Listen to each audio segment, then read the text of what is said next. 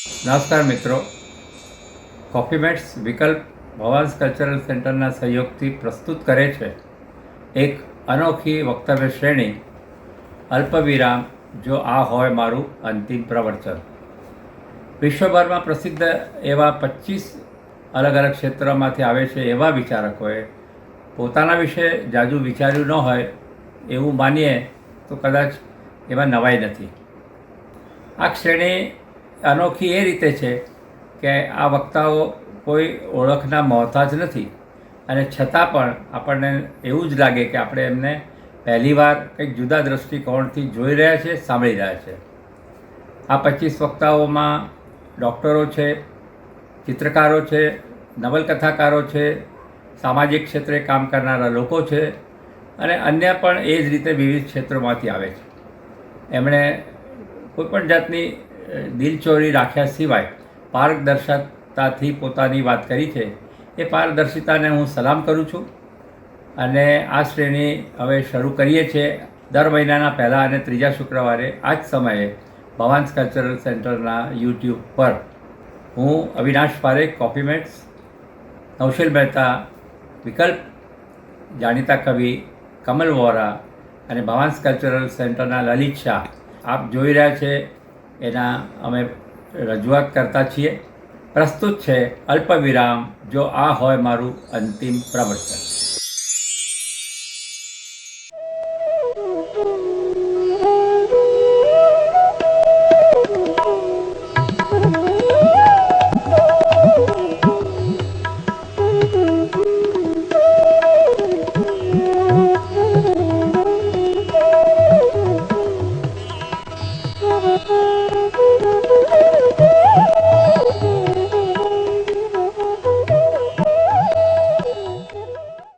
અજય ઉમટ. કોઈ વ્યક્તિને ઓળખવાની એક રીત એ હોઈ શકે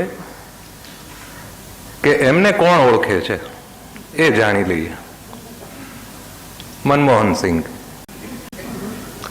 એલ કે અડવાણી, નરેન્દ્ર મોદી, આ બધા નેતાઓ, અંબાણી, અદાણી, નથવાણી, આ બધા અણીદાર નામ ધરાવતા ઉદ્યોગપતિઓ, પ્રમુખ સ્વામી, મોરારી બાપુ, સામાજિક ક્ષેત્રે સક્રિય એવા બધા ઈલાબેન ભટ્ટ, મલ્લિકા સારાભાઈ, આપણા ગયા મહિનાના અહીંના વક્તા માર્ટિનભાઈ મેકવાન, આ બધા જ અજયભાઈને સારી રીતે ઓળખે છે.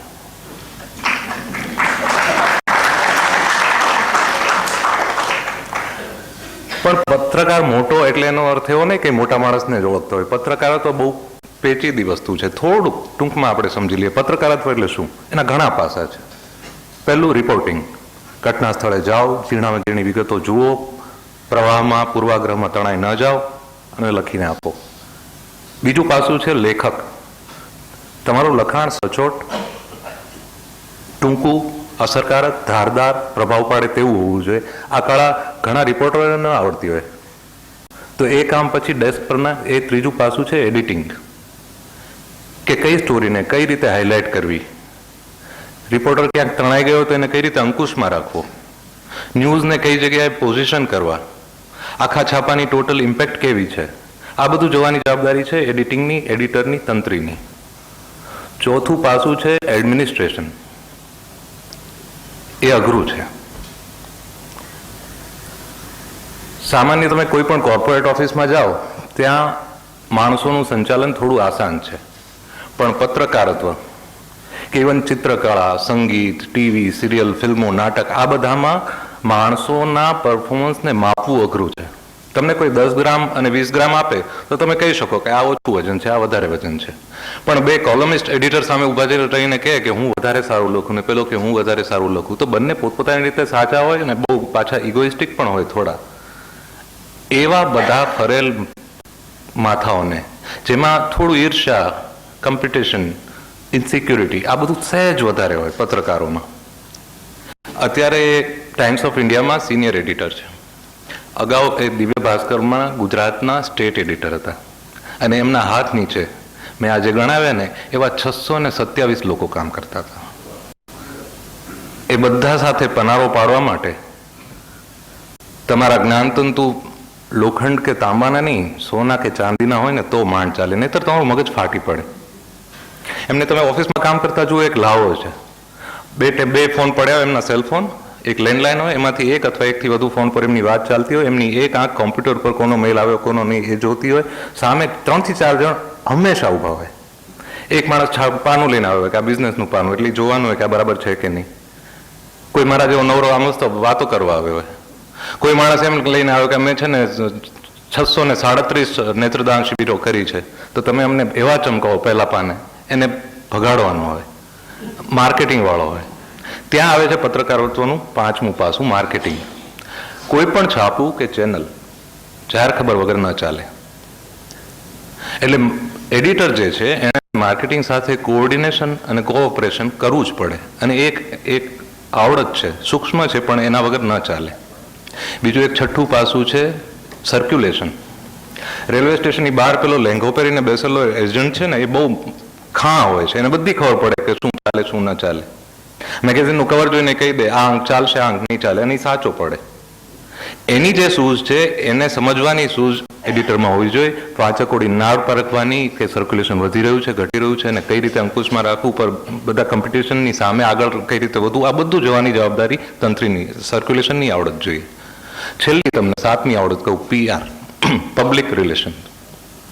પત્રકારત્વ કોઈ ખૂણામાં બેસીને ચિંતન કરવાનું કામ નથી, તમારે આખી દુનિયા સાથે સંપર્ક હોવો જ જોઈએ. હું બહુ સ્પષ્ટપણે માનું છું કે જેટલા પત્રકારોને હું ઓળખું છું એમાંથી કોઈને કે ટાટા કે અંબાણી જૂથના PR ડિપાર્ટમેન્ટના વડા તરીકે જો નિમી શકાય તો હું માનું છું કે અજયભાઈ એ કામ આસાનીથી કરી શકે. આ 7 વસ્તુ સાવ ભિન્ન છે, થોડી ક્યાં ઘટતી હોય.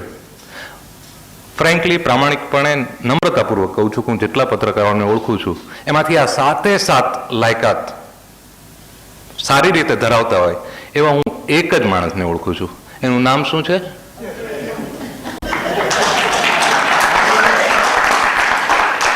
એમનો જન્મ થયો 1963માં આબુ રોડમાં. એમના ફાધર, મૂળ એ લોકો રાજસ્થાનના છે. એમના ફાધર ઉદયપુરમાં ઇંગ્લિશ ડિપાર્ટમેન્ટના હેડ ઓફ ધ ડિપાર્ટમેન્ટ હતા. પણ પછી બોડેલીની કોલેજ, વડોદરા નજીક બોડેલી ગામની કોલેજમાં એમને આચાર્ય પદ મળ્યું, એટલે પરિવાર ગુજરાતમાં આવ્યો. માતર રોડ નામનું એક ગામ છે, ત્યાં એ લોકો વસ્યા.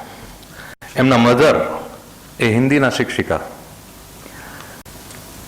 5 દાયકા પહેલા રાજસ્થાનમાં ઉદયપુરમાં એક ક્ષત્રિય પરિવારની મહિલા શિક્ષિકા હોય, પહેલું તો આટલું ભણેલી હોય, એ આજે આપણે માનીએ છીએ એટલું નથી. આજે પણ આપણા કાઠિયાવાડમાં રાજપૂતોમાં કન્યા કેળવણી ઓછી છે.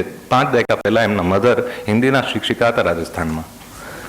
અને એ સમજ્યા કે આપણે હવે ગુજરાતમાં આવી ગયા છે તો આપણે ગુજરાતી થઈ ગયા. એમને બાળકોને માતરની નગર પ્રાથમિક શિક્ષણ સમિતિની ગુજરાતી માધ્યમની શાળામાં દાખલ કર્યા. 1 થી 12 ધોરણ સુધી તેઓ ત્યાં જ ભણ્યા. પછી વડોદરાની MS યુનિવર્સિટીમાં 3 વર્ષ એમણે ડિગ્રી કરી. એ દરમિયાન એમણે પાછું પર્સોનેલ, માર્કેટિંગ મેનેજમેન્ટ અને HRના વિષયના ડિપ્લોમા પણ સાથે મેળવ્યા. અને એ જ ભણતર દરમિયાન લોકસત્તા ઇન્ડિયન એક્સપ્રેસમાં લખવાનું પણ શરૂ કરી દીધું. કેમ્પસનો એક છોકરો યુવાનીઓ ભણી રહ્યો છે, પણ છાપામાં એની ત્યાંથી શરૂઆત તો થઈ ગઈ. ઈચ્છા તો એવી હતી કે IAS ઓફિસર બનવું, પણ પેલું પત્રકારત્વની શરૂઆત થઈ ગઈ હોવાને કારણે એમ થતું કે ના, આ પત્રકારત્વના માર્ગે વળીએ. એટલે સંદેશમાં એમણે કલમ પકડી. પણ થોડો સમય પછી થયું કે ના, ભણતર હજી ઓછું છે, એટલે એમણે MSW કર્યું, માસ્ટર ઓફ સોશિયલ વેલફેર. આટલું કર્યા પછી એ લોકસત્તામાં જોડાયા. હસમુખ ગાંધીએ એમને લોકસત્તાના ચીફ રિપોર્ટર જેવી ભારે જવાબદારી આપી ત્યારે એમની ઉંમર હતી 23 વર્ષ. આટલી બધી એમની ધગશ, પણ છતાં પાછું એમ થયું કે હજી ભણતર ઓછું છે, એટલે એમણે LLB કર્યું 1990માં. મારી એમની મુલાકાત થઈ 1990માં. મેં એમને પૂછ્યું, પહેલી જ અમારી મુલાકાત, મેં કીધું હું જર્નલિઝમમાં જોડાવાનું વિચારું છું, હસમુખ ગાંધી કદાચ મને કામ આપે એમ છે, તો જર્નલિઝમનો કોર્સ કરું કે નહીં? આટલી બધી ડિગ્રી લીધા પછી મને એમ કે ના, કોઈ ડિગ્રીની જરૂર નથી. તું જો હસમુખ ગાંધી સાથે જોડાતો હોય તો એનાથી સારી કોલેજ કોઈ નથી. મારા 2 વર્ષ બચી ગયા. Thank you very much. એકદમ સાચું, બિલકુલ. પછી વડોદરા એમને નાનું પડ્યું એટલે અમદાવાદમાં આવ્યા. Gujarat Samachar, Sandesh, Jansatta, Loksatta, Times of India, India Today Gujarati આ બધી જગ્યાએ કામ કરી ચૂક્યા છે. બેજવાબદાર સત્તાધીશોને તેમના ભ્રષ્ટ અને ભૂલ ભરેલા દુષ્કૃત્યો અને છબરડાઓ સુધારવા એમણે ઘણી વાર મજબૂર કર્યા છે. આવી ઘટનાઓમાં કચ્છનો વિનાશક ભૂકંપ, અક્ષરધામ પરનો આતંકવાદી હુમલો અને નિઠારી હત્યાકાંડનો પણ સમાવેશ થાય છે. આજે ગુજરાતનો અવાજ છે. આ એક બહુ સમજવા જેવું છે. આજે તમને કોઈને કહે કે કચ્છમાં ધરતીકંપ થયો, જાઓ રિપોર્ટિંગ કરો, તો તમે કચ્છમાં જઈને શું કરો, કોને મળો? તમારી પાસે કોઈ ફોન નંબર પણ ન હોય. કચ્છમાં જ્યારે ખરેખર ધરતીકંપ થયેલો ત્યારે ત્યાં એક ઇન્દ્રાબાઈ પાર્ક પાસે કચ્છ મિત્રની ઓફિસ, બાર ટેબલ નાખીને કીર્તિ ખત્રી બેસતા, ત્યારે કોઈ ભાસ્કર નહોતું. આખી દુનિયાના જે કોઈ પત્રકારો જાય એટલે પહેલા એ કીર્તિ ખત્રીને મળે, કારણ કે ત્યાંથી ખબર પડે કે પોલીસને કઈ રીતે, કોણ છે પોલીસ, કલેક્ટર કોણ છે, સુધરાઈના અધિકારીઓ કોણ છે, ભૂસ્તર શાસ્ત્રીઓને ક્યાંથી મળવું, કઈ જગ્યાએ સૌથી વધારે જાનહાનિ થઈ છે. તો એ થોડા સમય, થોડા દિવસો પૂરતા કીર્તિ ખત્રી છે ને, એ આખી દુનિયા માટે કચ્છનો ચહેરો અથવા પ્રવેશ દ્વાર બની રહેલા. આ તો કચ્છ નાનો જિલ્લો થયો. આખા ગુજરાતની વાત કરો કે આજે બીબીસી છે તો એ કંઈ ડુંગરે ડુંગરે કાદુતારા દાયરા એમ એક એક ગામમાં એના રિપોર્ટર ન હોય. બીબીસીને જ્યારે ગુજરાત વિશે કંઈ જાણવું, સમજવું હોય અને લોકોને કહેવું હોય ત્યારે એ ફોન કરે અજય ઉમટને. ટીવી પર BBC, NDTV, CNN, IBN, star news, India TV વગેરે ચેનલો અવારનવાર ગુજરાત વિશેની કોઈ માહિતી, કોઈ તજજ્ઞનો અવાજ એમને જાણવો હોય તો એ અજયભાઈનો સંપર્ક કરે છે.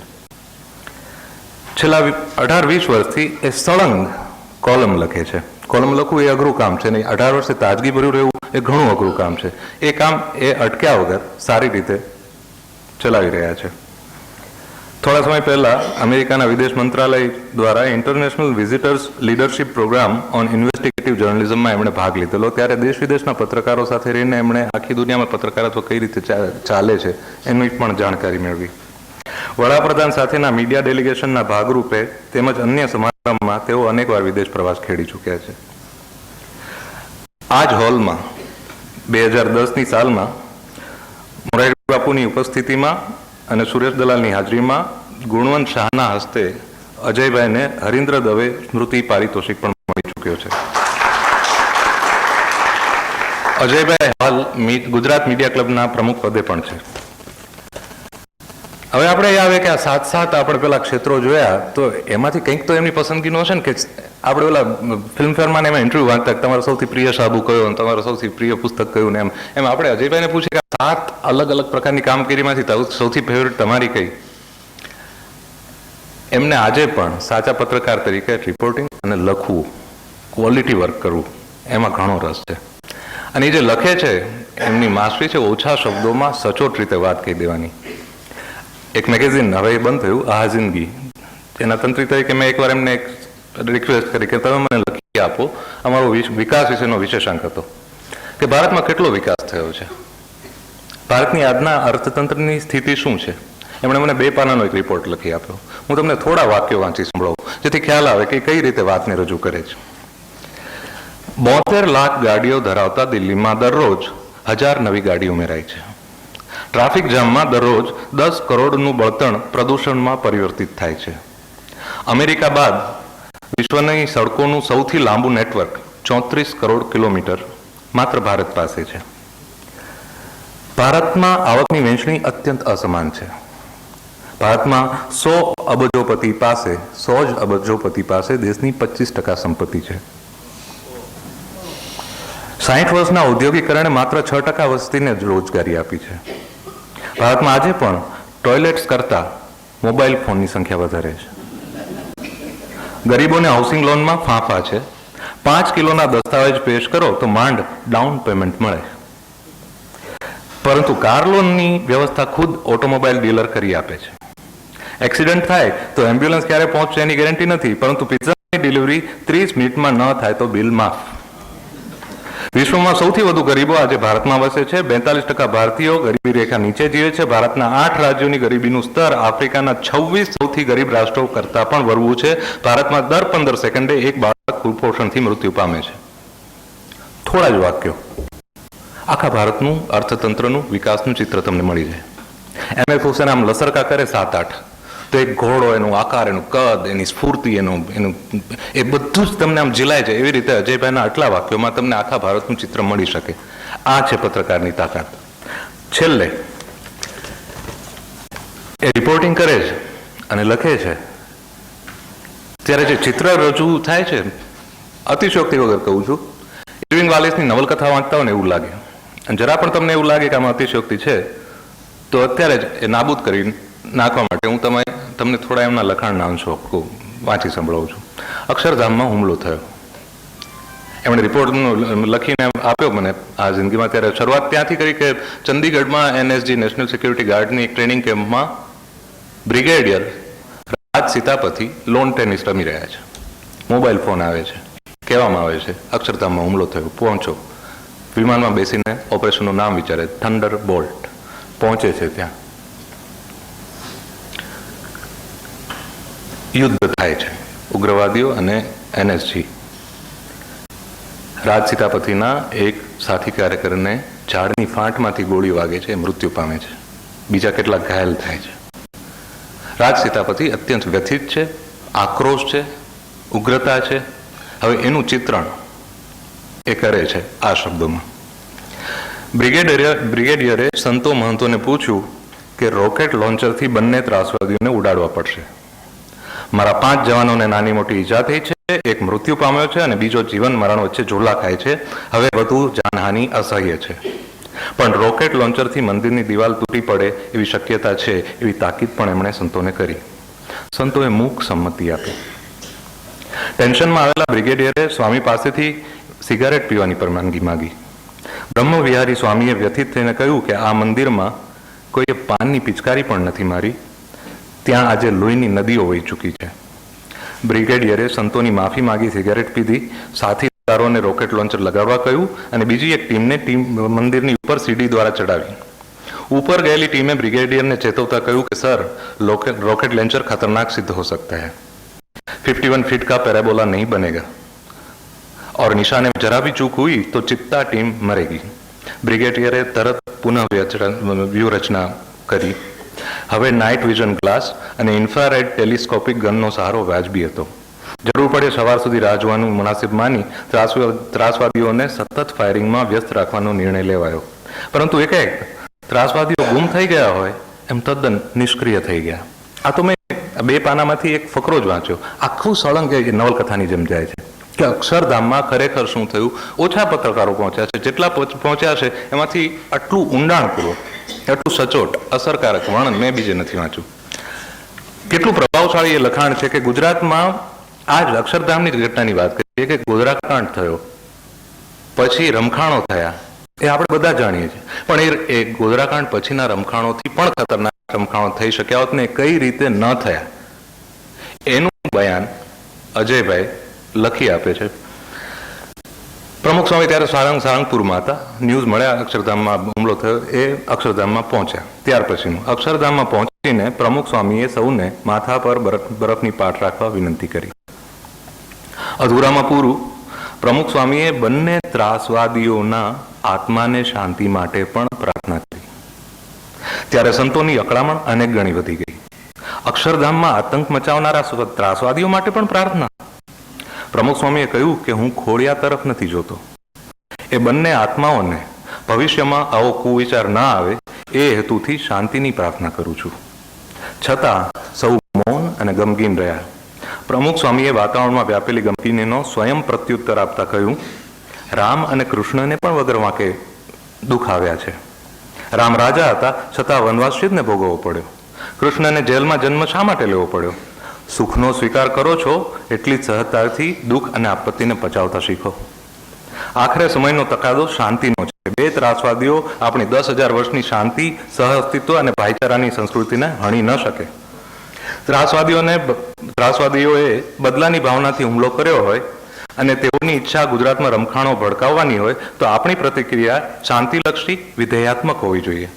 ત્રાસવાદીઓના ટ્રેપમાં આપણે નથી ફસાવાનું. બીજા દિવસે શાંતિ સભા યોજાઈ. લાલકૃષ્ણ અડવાણી, મોદી, સોનિયા ગાંધી, રાજ્યપાલ ઉપરાંત અનેક સિનિયર નેતાઓ, અગ્રણીઓ અને સંપ્રદાયના સંતો સહિત કુલ 20,000 લોકોની ઉપસ્થિતિમાં શ્રદ્ધાંજલિ સભામાં પ્રમુખ સ્વામીએ ભાષણબાજીની પરવાનગી ના આપી. આટલા મોટા નેતાઓ છે, ભાષણબાજીની પરવાનગીથી બાજી બગડી શકે તેમણે પરવાનગી ના આપી. અજયભાઈ લખે છે, માત્ર ધૂન અને ભજન. પ્રમુખ સ્વામીએ પોતાની શ્રદ્ધાંજલિ સંદેશમાં ત્રાસવાદ કે આતંકવાદ શબ્દનો ઉચ્ચાર સુદ્ધા ન કર્યો. એમની કરુણાસભર આંખોમાંથી આક્રોશની એક ચિનગારી પણ જો તણખા રૂપે જરી હોત તો ગોધરાકાંડ પછીના રમખાણો કરતા કદાચ 10 ગણી વધારે ખુવારી થઈ હોત. એ ઐતિહાસિક પળે પ્રમુખ સ્વામી નામના આધ્યાત્મિક ગુરુએ સંતોને અને સમાજને પ્રેમથી રૂક જાઓ માટે ન સમજાવ્યા હોત તો ગુજરાતનો ઇતિહાસ ગોધરાકાંડથી પણ વધુ રક્તરંજિત હોત અને અનેક ગણો બદનામ પણ. આ લખનાર અજય ઉમટ આપની સમક્ષ.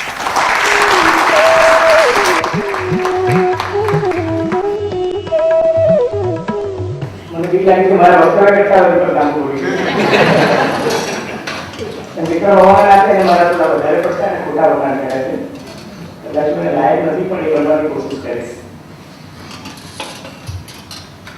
સૌ કોપીમેટ્સને સલામ. રવિવારની સવારે આપ લોકો સમય લઈને આવ્યા. ખાસ તો અવિનાશભાઈ અને સૌ આયોજકોનો ખૂબ ખૂબ આભાર. નારદે જ્યારે રામાયણની પ્રેરણા આપી ત્યારે વેદવ્યાસે એક સવાલ પૂછ્યો કે હું કઈ સમર્થ વ્યક્તિના આધારે આ મહાકાવ્ય લખું.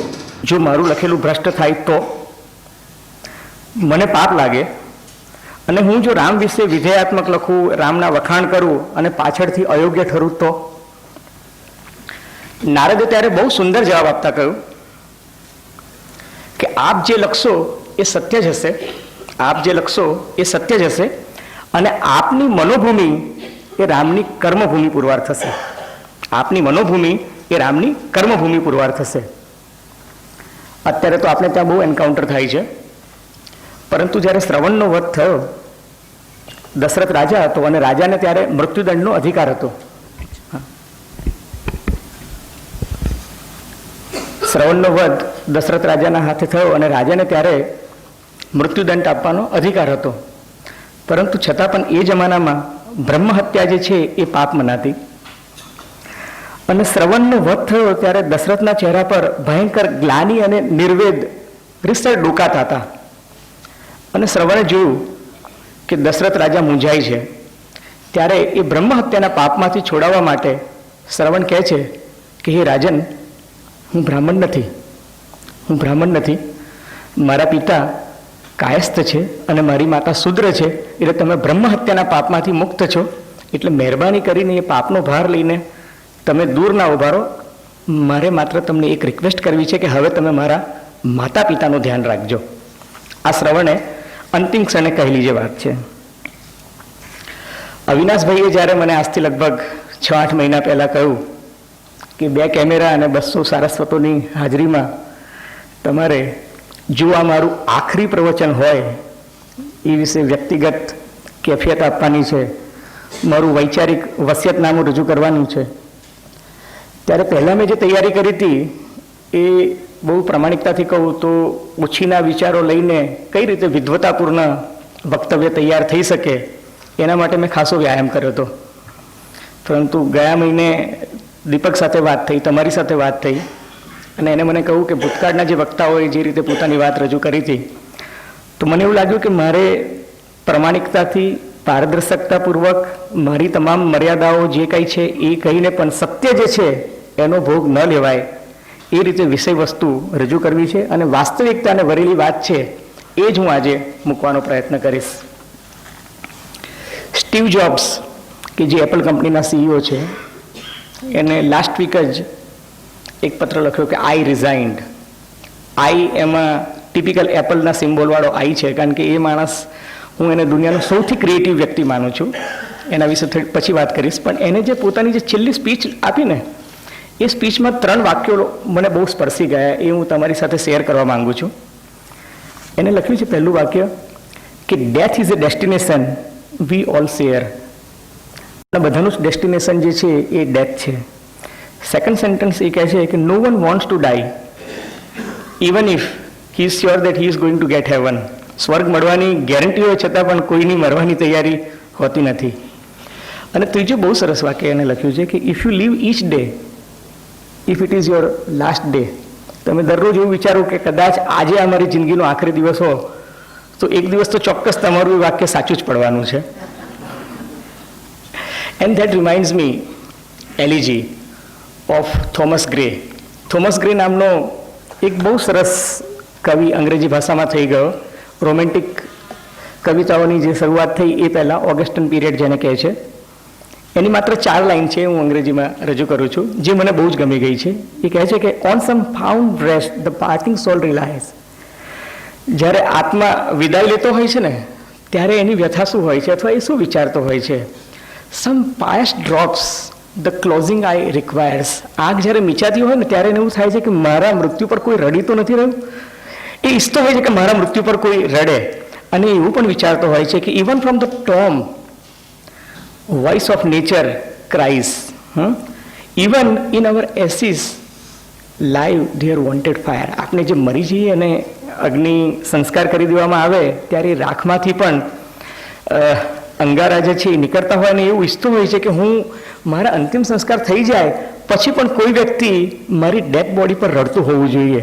અને એટલા જ માટે એ કવિએ બહુ સરસ, જેને આપણે નિવાપાંજલિ કહીએ કે શ્રદ્ધાંજલિ કહીએ, એક કોમન મેનની શ્રદ્ધાંજલિ શું હોઈ શકે એનો એને બહુ સરસ ચિતાર આપ્યો છે. અને એમાં એને લખ્યું છે કે મારી આ સામાન્ય માનવીની શ્રદ્ધાંજલિ છે, એમાં કહેવાનો સાર એ છે કે યમદૂતને કોઈ આજ દિન સુધી કરપ્ટ કરી શક્યું નથી, ધીરુભાઈ અંબાણી પણ નહીં. એને એક બહુ સરસ ફ્રેઝ વાપર્યો છે, એને મેમેન્ટો મોરી કહે છે. It is A Latin phrase કે દરેક વ્યક્તિ માટે મોત જે છે એ સમાન છે. અને હું મોતની વાત એટલા માટે કરવા આવ્યો છું કારણ કે મારે પારદર્શક વાત કરવી છે અને વાસ્તવિકતાની વાત કરવી છે. મારી પત્રકારત્વની કારકિર્દીમાં મેં એટલી બધી ડેડ બોડીઝ જોઈ છે અને એટલા બધા લોકોને મરતા જોયા છે. અને મરતી વખતે એમની સાથે જે છેલ્લી વાત થઈ હોય એ વાત મેં જ્યારે એના પરિવારને કહી છે ત્યારે હું ઘણી વખત જૂઠું બોલ્યો છું. એન્કાઉન્ટરમાં કોઈ મરી ગયું હોય અને પછી એના ફેમિલી મેમ્બર્સ મળે કે તમે હતા ત્યાં, મેં કહું હા હું હતો. એની છેલ્લી સ્થિતિ શું હતી? ત્યારે હું એવું જ કહું કે એ શાંતિથી મૃત્યુ પામ્યો હતો, એ તરફડતો નહોતો. અને હું માનું છું કે એટલું જુઠ્ઠું બોલવાની ભગવાને મને છૂટ આપી છે, કારણ કે હું પરિવારને એ પછી એ સતત વિચારથી આતંકિત રહે અથવા તો આક્રમણ કરે એ નહોતો ઈચ્છતો. એટલા માટે મેં ઘણી વખત એ જુઠ્ઠું કહ્યું છે. મેં કંડલાના વાવાઝોડામાં સેંકડો માણસોને મરતા જોયા છે, પશુઓ કરતાં વધારે બદતર સ્થિતિમાં. મેં કચ્છના ભૂકંપમાં લગભગ 15,000 થી 20,000 જેટલી વ્યક્તિઓને મરતી જોઈ છે. અને એમની ડેડ બોડીઝ જે છે એ ટ્રકોમાં અને ડમ્પરમાં અને અમદાવાદની જે સફાઈ જે ગાડીઓ જે છે જ્યાં જનરલી કચરો જાય છે એ કચરાની ગાડીઓમાં ડેડ બોડી ઠલવાતી જોઈ છે. મેં ગુજરાતના રાયોટ્સમાં હજારો માણસોને મરતા જોયા છે. અને એક તબક્કે તો સ્મશાનમાં માત્ર ખોપડી દેખાતી હોય એવા લગભગ 1200 થી 1500 ફોટોગ્રાફ્સ મેં જોયા છે. એમાંથી સ્કેન કરીને મેં એક સારો ફોટો સિલેક્ટ કર્યો હતો. મારી કારકિર્દીની શરૂઆત થઈ ત્યારે લઠ્ઠાકાંડમાં 1 by 1 લોકો મરતા હતા અને મને એ જ તાલાવેલી હતી કે આમાં આંકડો ખરેખર કેટલે પહોંચશે, એટલે હું બીજા પત્રકાર કરતાં કદાચ સ્કોર વધારે કરીને મારો ફિગર વધારે ઉપર જાય. મેં અક્ષરધામમાં ત્રાસવાદીઓને મરતા જોયા છે. ત્રાસવાદીઓને 35 થી 36 લોકોને AK-47 થી મારતા જોયા છે. કમનસીબે એ વખતે હું ત્યાં ઘટના સ્થળે હાજર હતો. અને મેં હરેન પંડ્યાની હત્યા થઈ એની 20 થી 25 મિનિટ પછી ત્યાં જઈને એની ડેડ બોડી પણ જોઈ છે. અને બધા જ જોતા હતા અને કોઈ નજીક જવાનું સાહસ નહોતું કરતું. એ બધી વાતો હું એટલા માટે કહું છું કે પત્રકારત્વની જે મારી યાત્રા જે છે એની મારી જે વ્યથા છે એ વ્યથાને વાચા આપવાનો હું આજે થોડો પ્રયાસ કરીશ.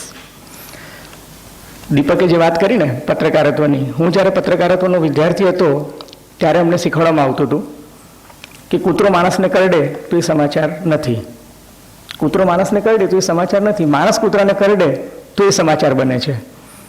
હવે આજે હું જ્યારે મુદ્રા ઇન્સ્ટિટ્યૂટ ઓફ કોમ્યુનિકેશનમાં કે IIM-માં જ્યારે જર્નલિઝમનું એક્સ્ટ્રામ્યુરલ લેક્ચર કે એવું લેવા જઉં છું ત્યારે હું ત્યાં કહું છું કે if dogs bite a man it is not a news, if man bites a dog then also it is not a news, but if man bites a dog and if dog catches AIDS then it is news.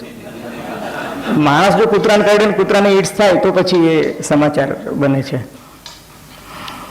હું પત્રકારત્વમાં હતો ત્યારે મારા vice chancellor professor Bhikhu પારેખે એક દિવસ વાંધો લીધો કોન્વોકેશનમાં.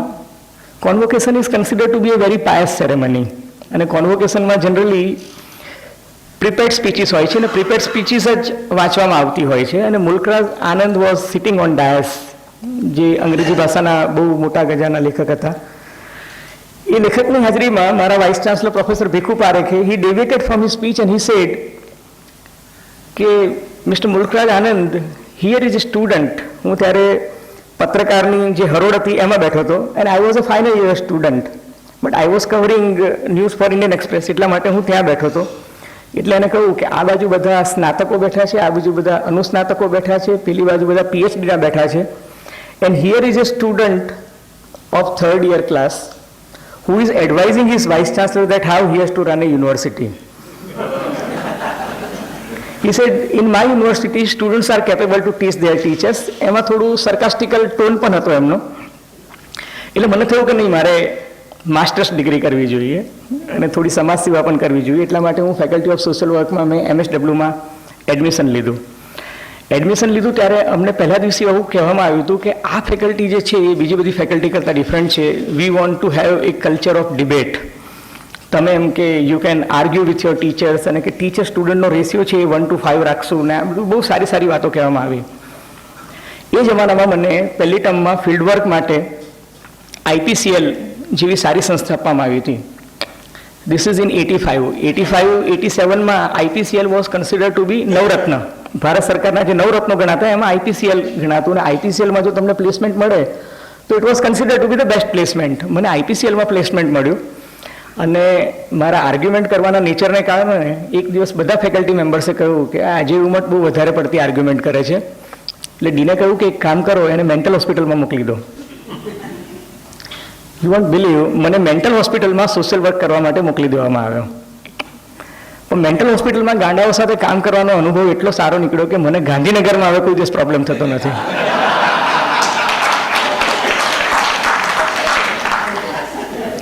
અધિકારીઓ સાથે ફાવે છે અને રાજકારણીઓ સાથે પણ ફાવે છે. એ શું કહેવા માંગે છે, શું કરવા માંગે છે, હું સારી રીતના સમજી જાઉં છું. કદાચ મારી સફળતાનું રહસ્ય એ પણ હોઈ શકે.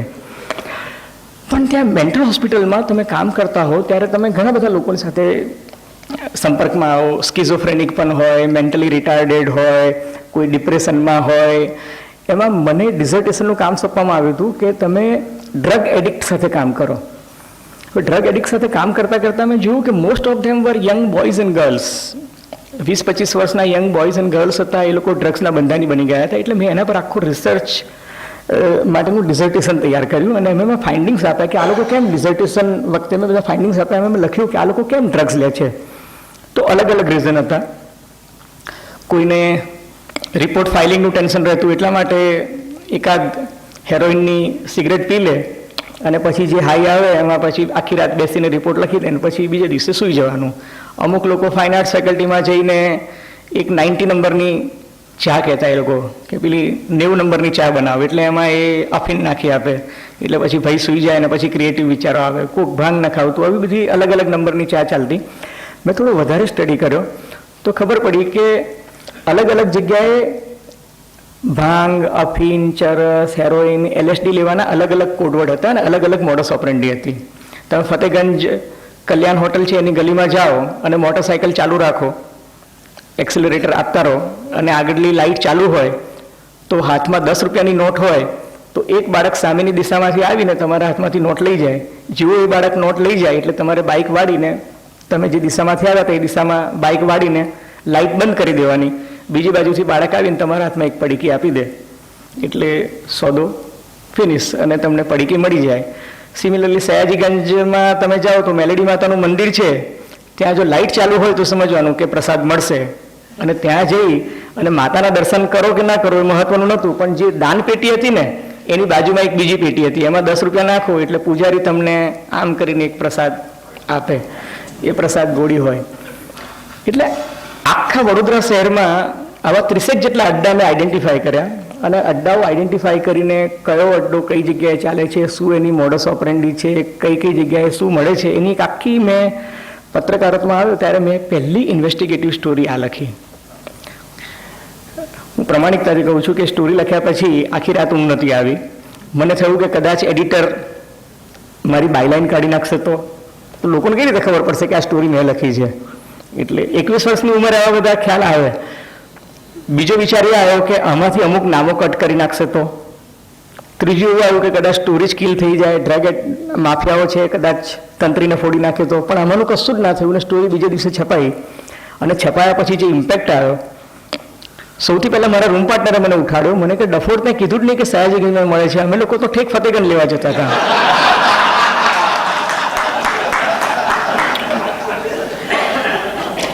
હું ઓફિસ ગયો તો મને એડિટરે કહ્યું કે પોલીસ કમિશનર તારાથી બહુ નારાજ છે, તું જઈને મળી લે પોલીસ કમિશનરને. એમ કે આપણે એમાં ખુલાસામાં નહીં પડવું, જઈને વાર્તા પતાવી આવો.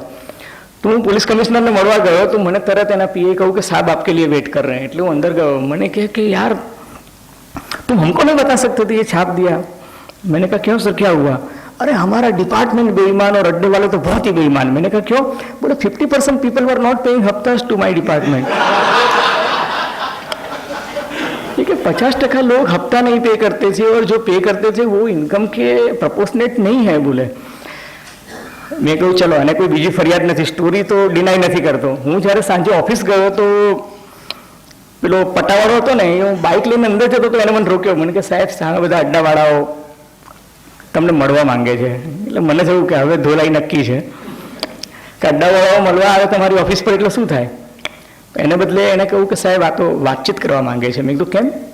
એટલે એમાંથી 2 લોકો આવ્યા. મને કે સાહેબ જેટલા લોકોના નામ લખ્યા ને એ બધાનો ધંધો આજે ડબલ થઈ ગયો છે, હવે અમારું પણ લખી આપો.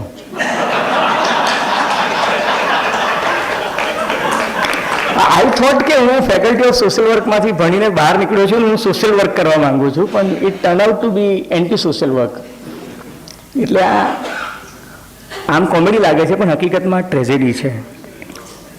ટ્રેજેડી એટલા માટે છે કે હું ગંભીરતાપૂર્વક વાત કરું છું કે બરોડામાં એ જમાનામાં એ પછીની મેં જે બીજી મોટી સ્ટોરી કરી હતી એ લઠ્ઠાકાંડ અંગેની હતી. થયું એવું કે શિવરાત્રિની રાત હતી અને વડોદરાના એક બુટલેગરનો મારી પર ફોન આવ્યો. એ બુટલેગર અત્યારે સન્માનનીય ધારાસભ્ય છે. અને સનત મહેતા જેવા સમર્થ ભૂતપૂર્વ નાના મંત્રી એની સામે હારી ચૂક્યા છે અને ત્યાંની ડેરીના એ ચેરમેન પણ છે આ ભૂતપૂર્વ બુટલેગર. અને આ ઓન રેકોર્ડ છે, રાઇટ ટુ ઇન્ફોર્મેશન માંગો તો તમને એનું નામ પણ મળે કે આ પહેલા બુટલેગર હતા, એની સામેના બધા કેસીસ પણ છે. અને કદાચ એ જ ક્વોલિફિકેશનને કારણે એને ધારાસભ્યની ટિકિટ પણ મળી અને એ ચૂંટાઈ પણ ગયા.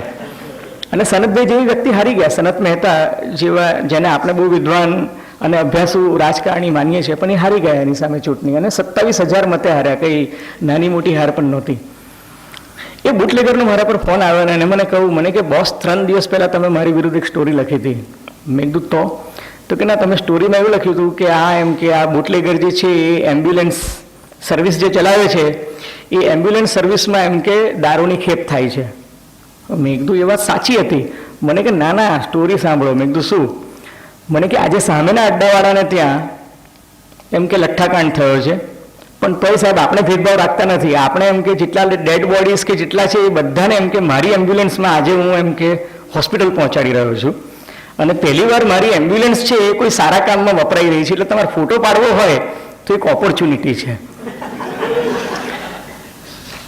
એટલે આઈ વોઝ શોક્ડ. મેં કીધું લઠ્ઠાકાંડ થયો છે?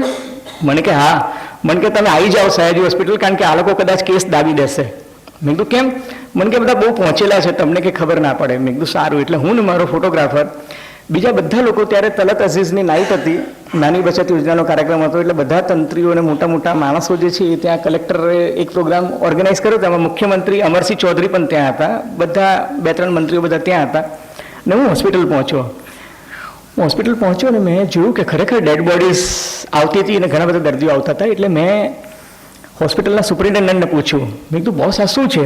મને કે લઠ્ઠાકાંડ જ લાગે છે, પણ કે પેથોલોજિસ્ટ ડૉક્ટર પુરંદરેને પૂછ્યું. એટલે હું પુરંદરે પાસે ગયો. પુરંદરે સાહેબે મને કીધું, મને કે જેટલા આવે છે ને બધા જ મરી જવાના છે.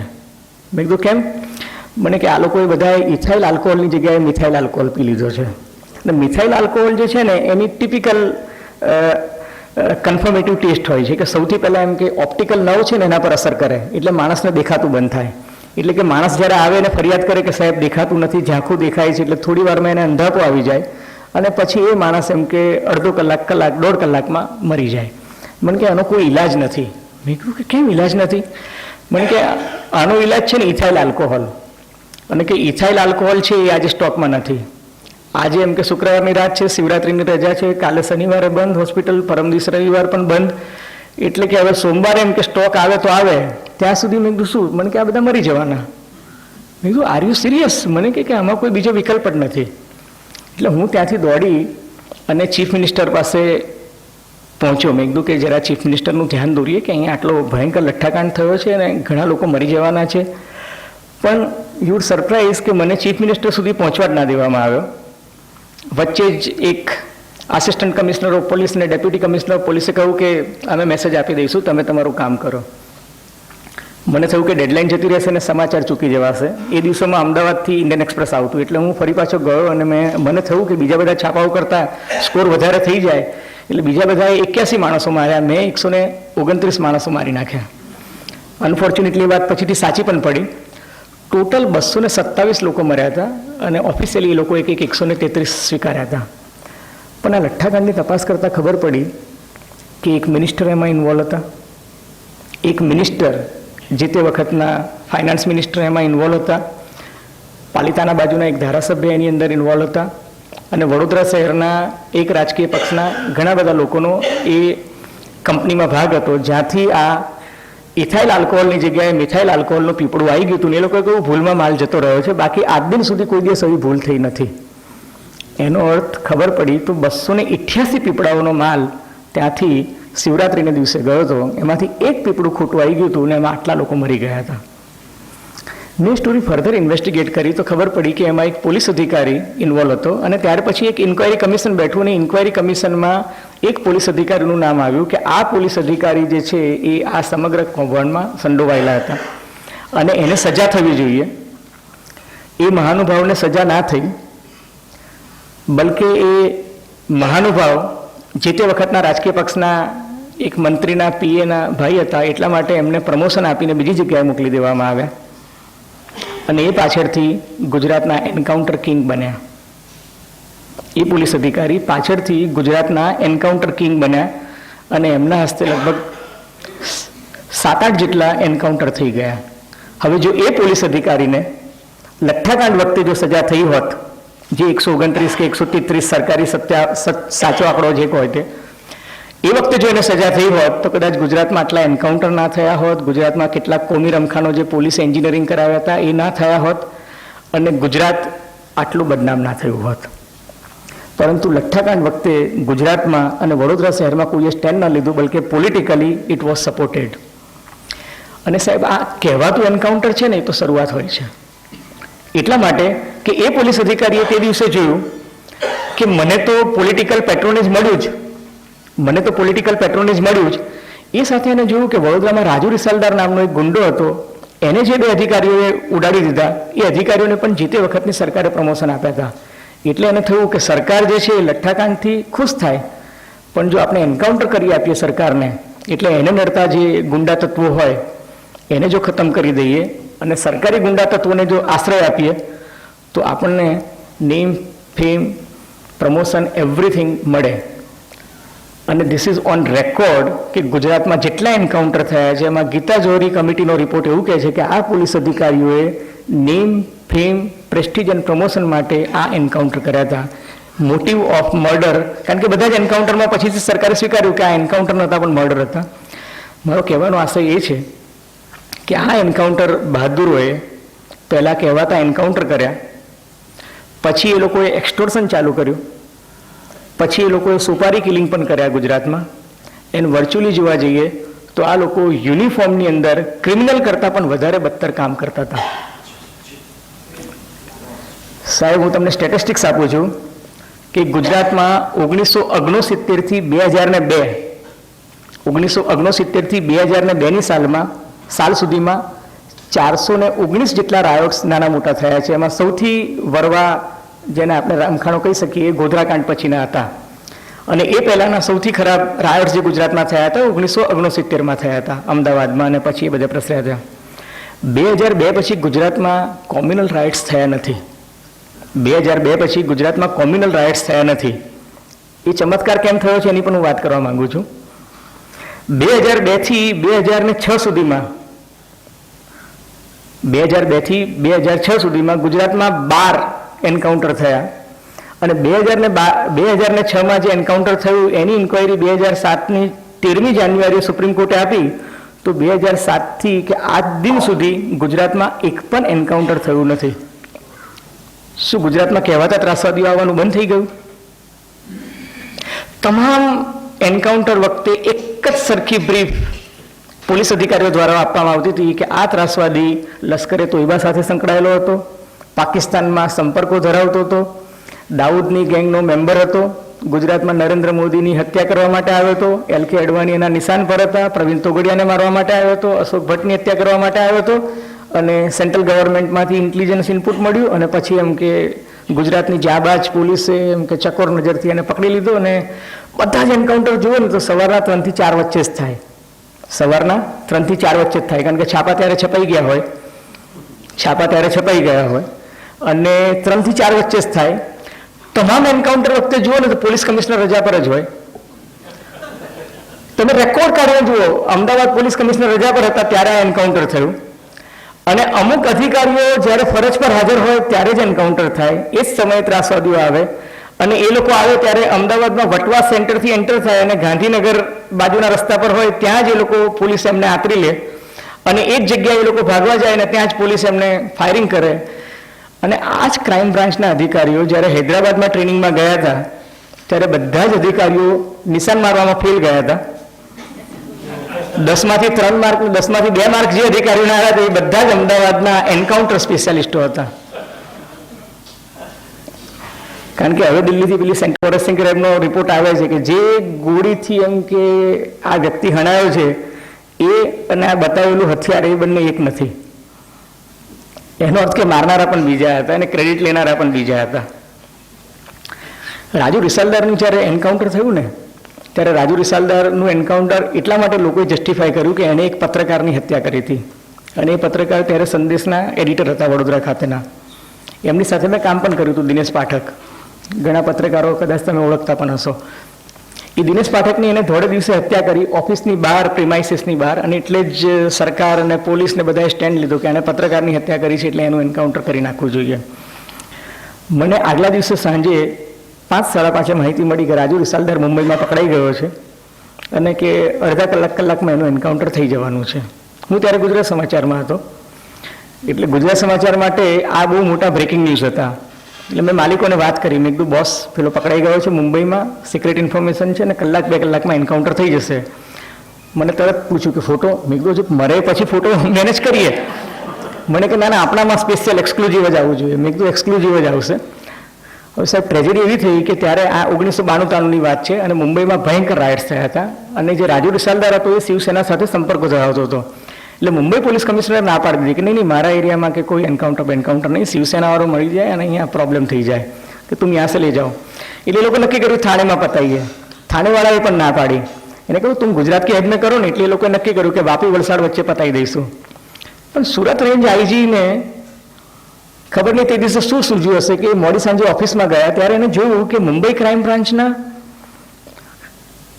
એકાએક ઘણા બધા રિપોર્ટ્સ આવ્યા ને એમાં એવું લખ્યું હતું કે રાજુ રિસાલદાર નામનું વોન્ટેડ આરોપી જેને ગુજરાત પોલીસે એમ કે મુંબઈ પોલીસ પાસેથી ટ્રાન્સફર વોરંટમાં લીધો છે એ મુંબઈમાં આટલા કેસીસમાં વોન્ટેડ છે. મુંબઈ ક્રાઇમ બ્રાન્ચના રિપોર્ટ પછી થાનેના પણ આવી ગયા, બધાના આવી ગયા. એટલે એને થયું કે આ બધું કેમ થયું. એટલે એને મુંબઈ પોલીસ કમિશનર જેનો બેચમેટ હતો એને પૂછ્યું कि यार ये राजू रिसालदार कौन है? तो कि तुझे नहीं मालूम? तो कि नहीं. तो कि तेरे एरिया में एनकाउंटर होने वाला है, वो हमने मना किया इसलिए अब वो तेरे एरिया में एनकाउंटर करने वाले हैं. तो कि अच्छा, लेकिन इसके नाम पे इतने सब गुने, बोले मुंबई में कितने सारे क्राइम जो है वो अनडिटेक्टेड जाते हैं, तो सब क्राइम बोले उसके नाम पे डाल दिए हैं.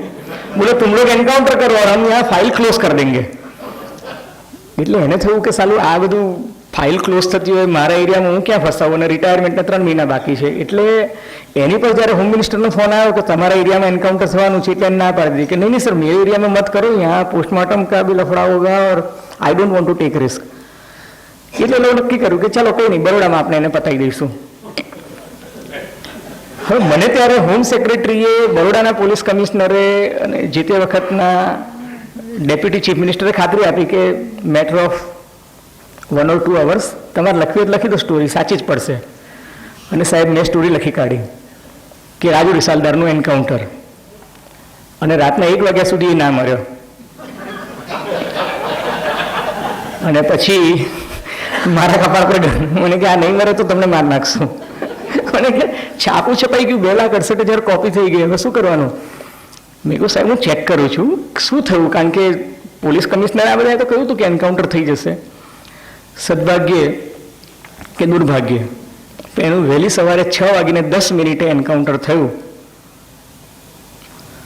પણ ત્યાં સુધીમાં ગુજરાત સમાચારની બધી જ જગ્યાએ કોપીઓ છપાઈ ગઈ હતી અને ડિસ્ટ્રીબ્યુટ થઈ ગઈ હતી, અને લોકો શોધતા હતા કે રાજુ રિસાલદારનું ડેડ બોડી ક્યાં છે. અને ડેડ બોડી તો હરની એરપોર્ટની સામે પડ્યું હતું, હોસ્પિટલ પણ નહોતું પહોંચ્યું, એટલા માટે કે પોલીસ અધિકારીઓ સાથે પોસ્ટમોર્ટમ કરનારા અધિકારીની એવી વાત થઈ હતી કે you should bring him dead. જો તમે એને જીવતો લાવશો તો ડૉક્ટર તરીકેની મારી ફરજ છે કે હું એને જીવાડવાની કોશિશ કરીશ. એટલે ગોળી મારી દીધા પછી એ લોકો મરી જાય એની રાહ જોતા હતા કે પતી જાય પછી આપણે એને કે હોસ્પિટલ લઈ જઈએ. અને સાહેબ છાપું છપાઈ ગયું, છાપું વેચાઈ ગયું. પત્રકાર તરીકેનો સંતોષ એ હતો કે સંદેશમાં ના આવ્યું, જેનો એડિટર હતો. પણ એ પછી મેં નક્કી કર્યું કે આપણી આંખ સામે એન્કાઉન્ટર થવાનું હોય ને તો પણ લખવું નહીં એડવાન્સમાં, કારણ કે ન જાણે ક્યારે શું થાય ન પણ થાય. અને એ પછીના 2 એન્કાઉન્ટર વિશેની માહિતી અમને મળી તો પણ અમે લોકોએ એમાં પડવાનો સાફ ઇનકાર કરી દીધો કે ભાઈ એન્કાઉન્ટરમાં ચાન્સ ના લેવાય.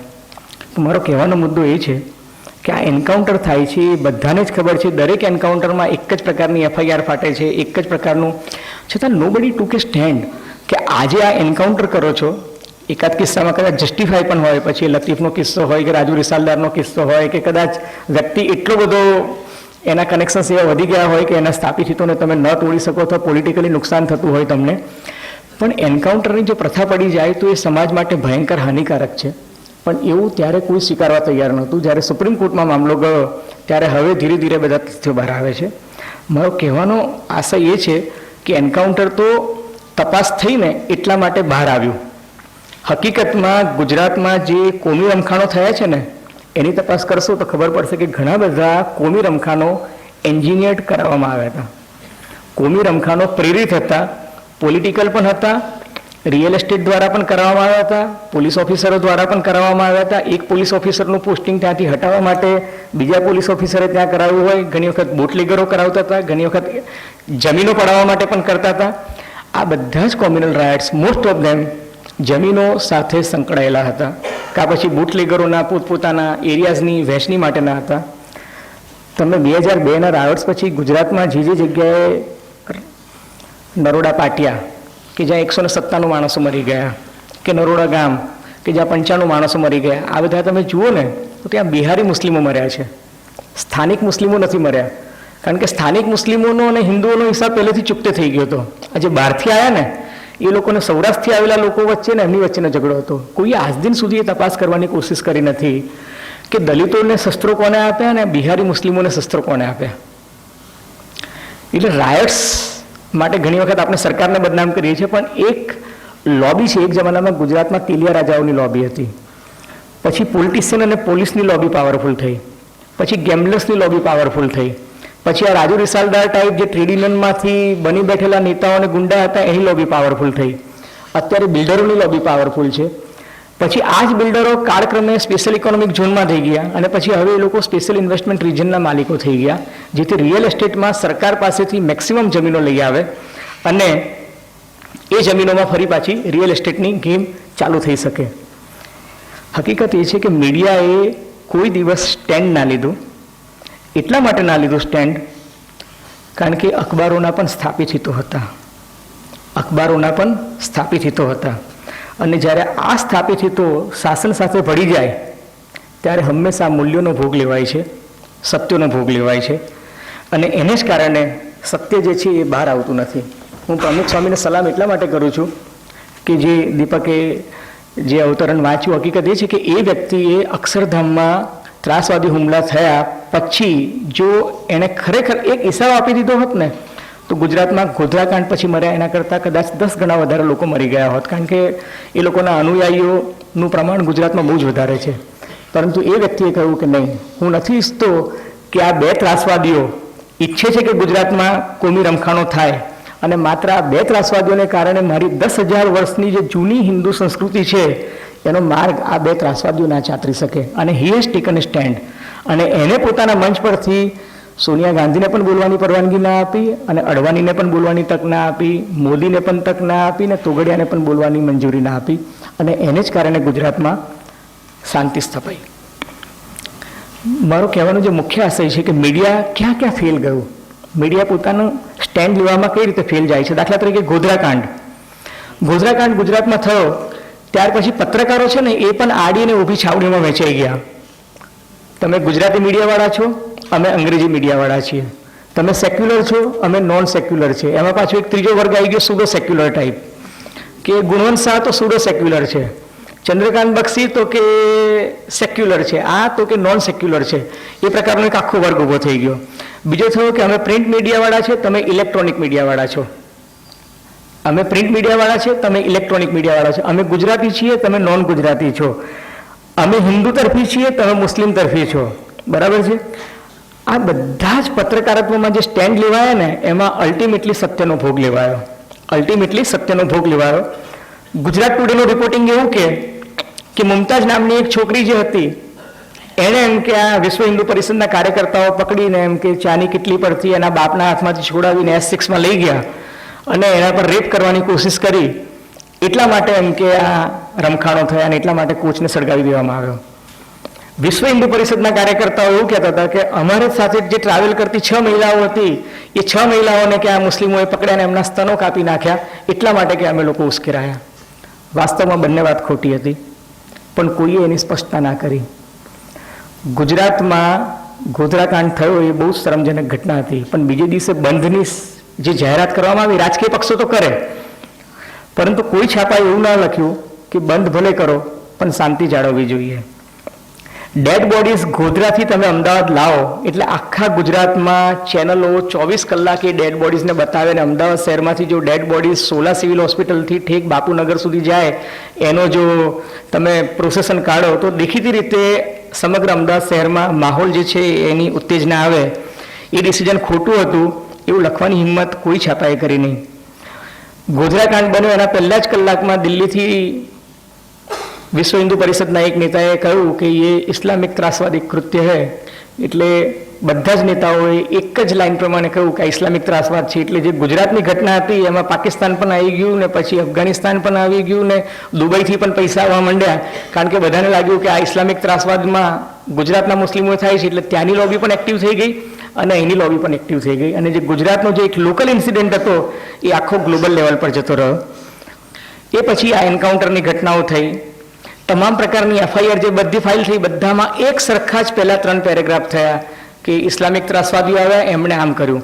મુસ્લિમોએ જે ફરિયાદ નોંધાવી એ બધી મુસ્લિમોની ફરિયાદ એન્ટી હિન્દુ એક સરખી, કારણ કે એમને મુસ્લિમ એડવોકેટ સલાહ આપતા હતા, હિન્દુ અને હિન્દુ એડવોકેટ, અને બંને એકદમ એક્સ્ટ્રીમ લેવલ પર જતા રહ્યા કે જેને કારણે ગુજરાતમાં અત્યારે સેંકડો લોકો જેલમાં સડી રહ્યા છે. હું તમને કહું 90% લોકો જે છે એમાંથી નિર્દોષ છે.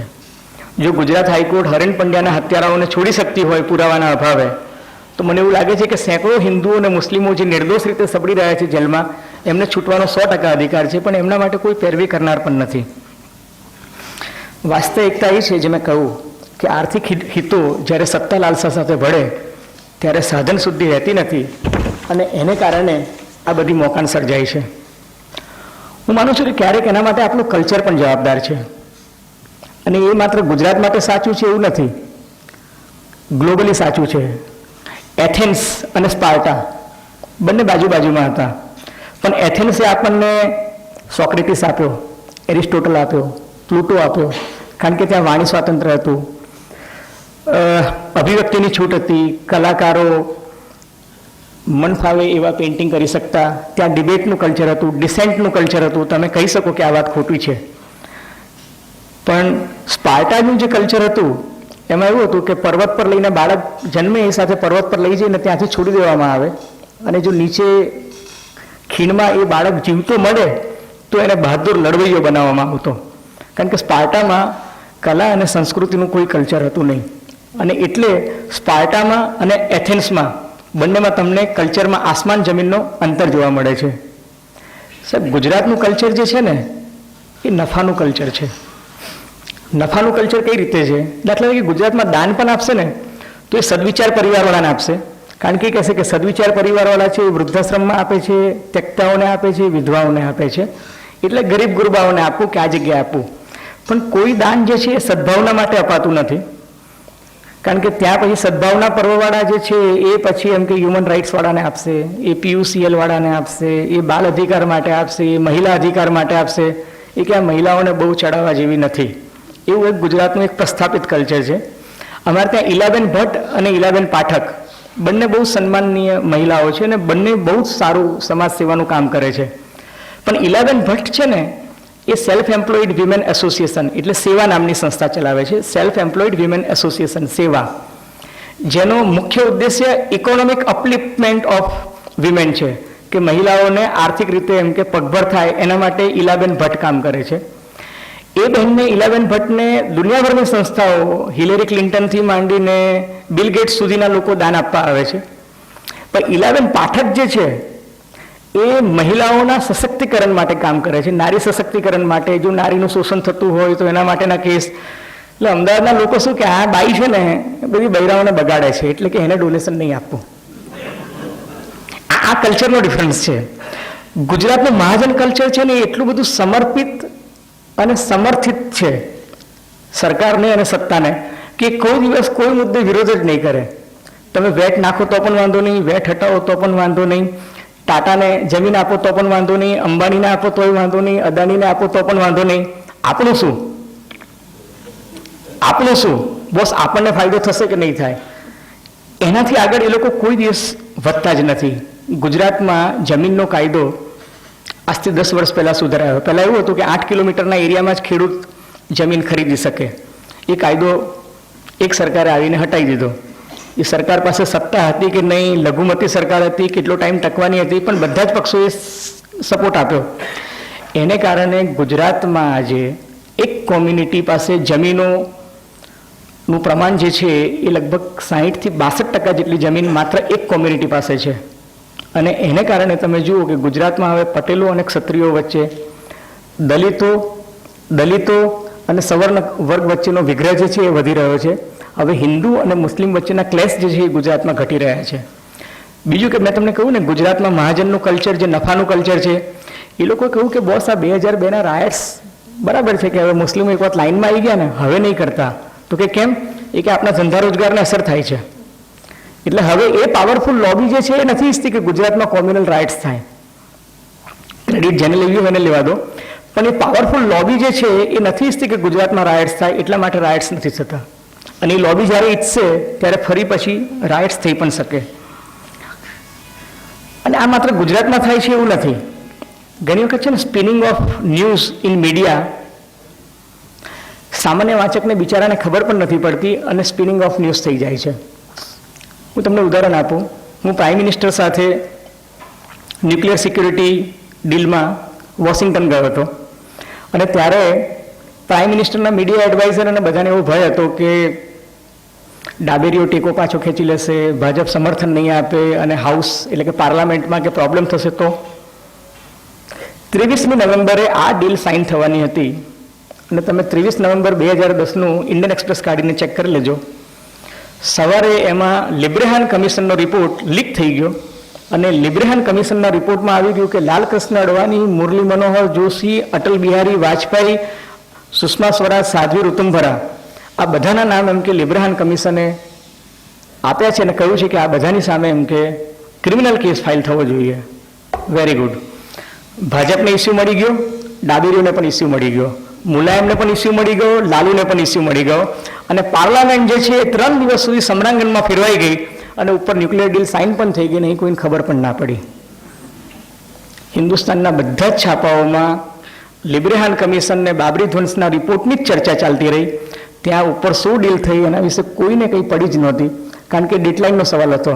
ત્યાં આગળ ડે, અહીંયા નાઇટ ટાઈમિંગના પણ ફરક હતા અને બીજું પાર્લામેન્ટમાં જે થયું એ દિલ્હીના પત્રકારોએ છાપી માર્યું.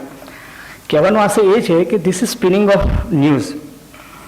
પેન્ટાગોન પણ કરે છે, દુનિયાના બધી જ મહાસત્તાઓ જે છે એ ન્યૂઝને એવી રીતના સ્પિન કરે છે કે તમને ખ્યાલ જ ના આવે. હું પેન્ટાગોનની મુલાકાતે ગયો ત્યારે મેં એના સ્પોક્સમેનને પૂછ્યું કે તમે ઈરાકની ઉપર આટલો મોટો એટેક કર્યો ત્યારે બે પ્રિમાઇસીસ હતી. એક તો એ હતું કે સદ્દામ હુસેન પાસે વેપન્સ ઓફ માસ ડિસ્ટ્રક્શન હતા, કે સામૂહિક સંહાર શક્તિ કરે એવા એની પાસે કેમિકલ વોર કરી શકે એવા એની પાસે શસ્ત્રો હોવાની આપણને બધાને માહિતી આપવામાં આવી હતી. અને આપણે બધા એવું જ માનતા હતા કે હમણાં કેમિકલ વોર ફાટી નીકળશે અને સદ્દામ જે છે આ ફળા કેમિકલ બોમ્બ છૂટશે, પણ કોઈ વેપન્સ ઓફ માસ ડિસ્ટ્રક્શન તો નીકળ્યા જ નહીં. તો એને મને કહ્યું કે આ અમારી ઇન્ટેલિજન્સ ફેલિયર હતી, એમ કે અમારું ઇન્ટેલિજન્સ નેટવર્ક કાચું, એમ કે એટલે અમને ખોટી ઇન્ફોર્મેશન મળી. મેં કહ્યું કે પણ બીજી ઇન્ફોર્મેશન પણ તમારી ખોટી હતી, કારણ કે તમે એવું કહ્યું કે સદ્દામ હુસેનને ઓસામા બિન લાદેન સાથે લિંક હતી, પણ એવી કોઈ લિંક નીકળી નહીં. તો મને કે હા એ સાચું છે, એમ કે લિંક નહીં હોય, પણ કે અમારે ત્યાં પબ્લિક ઓપિનિયન એવું કહેતો હતો કે સદ્દામ હુસેનને સેટરાઇટ કરવો જોઈએ, એટલે કે અમે સદ્દામને મારી નાખ્યો. અને બીજું આમ પણ કે America has to assert itself, America has to assert itself. એટલા માટે કે public opinion was in favour of war with Iraq, એટલા માટે કે અમે વોર કરી નાખ્યું. પછી ઓફ ધ રેકોર્ડ એ લોકો પણ કહેતા હોય છે મને કે हमारी इकोनॉमी में थोड़ा रिसेशन भी चल रहा था, इकोनॉमी में थोड़ा रिसेशन भी चल रहा था, सो वी थॉट कि ये सब वेपन्स जो है उसको यूज़ करते हैं, नए वेपन्स बनाने का कॉन्ट्रैक्ट मिलेगा, बाकी काफ़ी इंजीनियरिंग एक्टिविटीज़ चालू हो जाएगी, एंसिलरी यूनिट्स चालू हो जाएंगे, तो वो इकोनॉमी का स्पिनिंग और व्हीलिंग करने के लिए हमने वो वॉर कर दिया. वो बोले ऐसा करने से डॉलर जो था वो स्ट्रॉन्ग हो गया, ऑयल प्राइसेस थे वो कम हो गए, ઓઇલ પ્રાઇસીસ કમ ઓછા થઈ ગયા ને, અને ડોલર જે છે સ્ટ્રોંગ થઈ ગયો, તો કે અમેરિકન ઇકોનોમીને ફાયદો થઈ ગયો, કારણ કે ઓઇલ ટ્રેડિંગ જે છે હંમેશા ડોલરમાં થાય છે.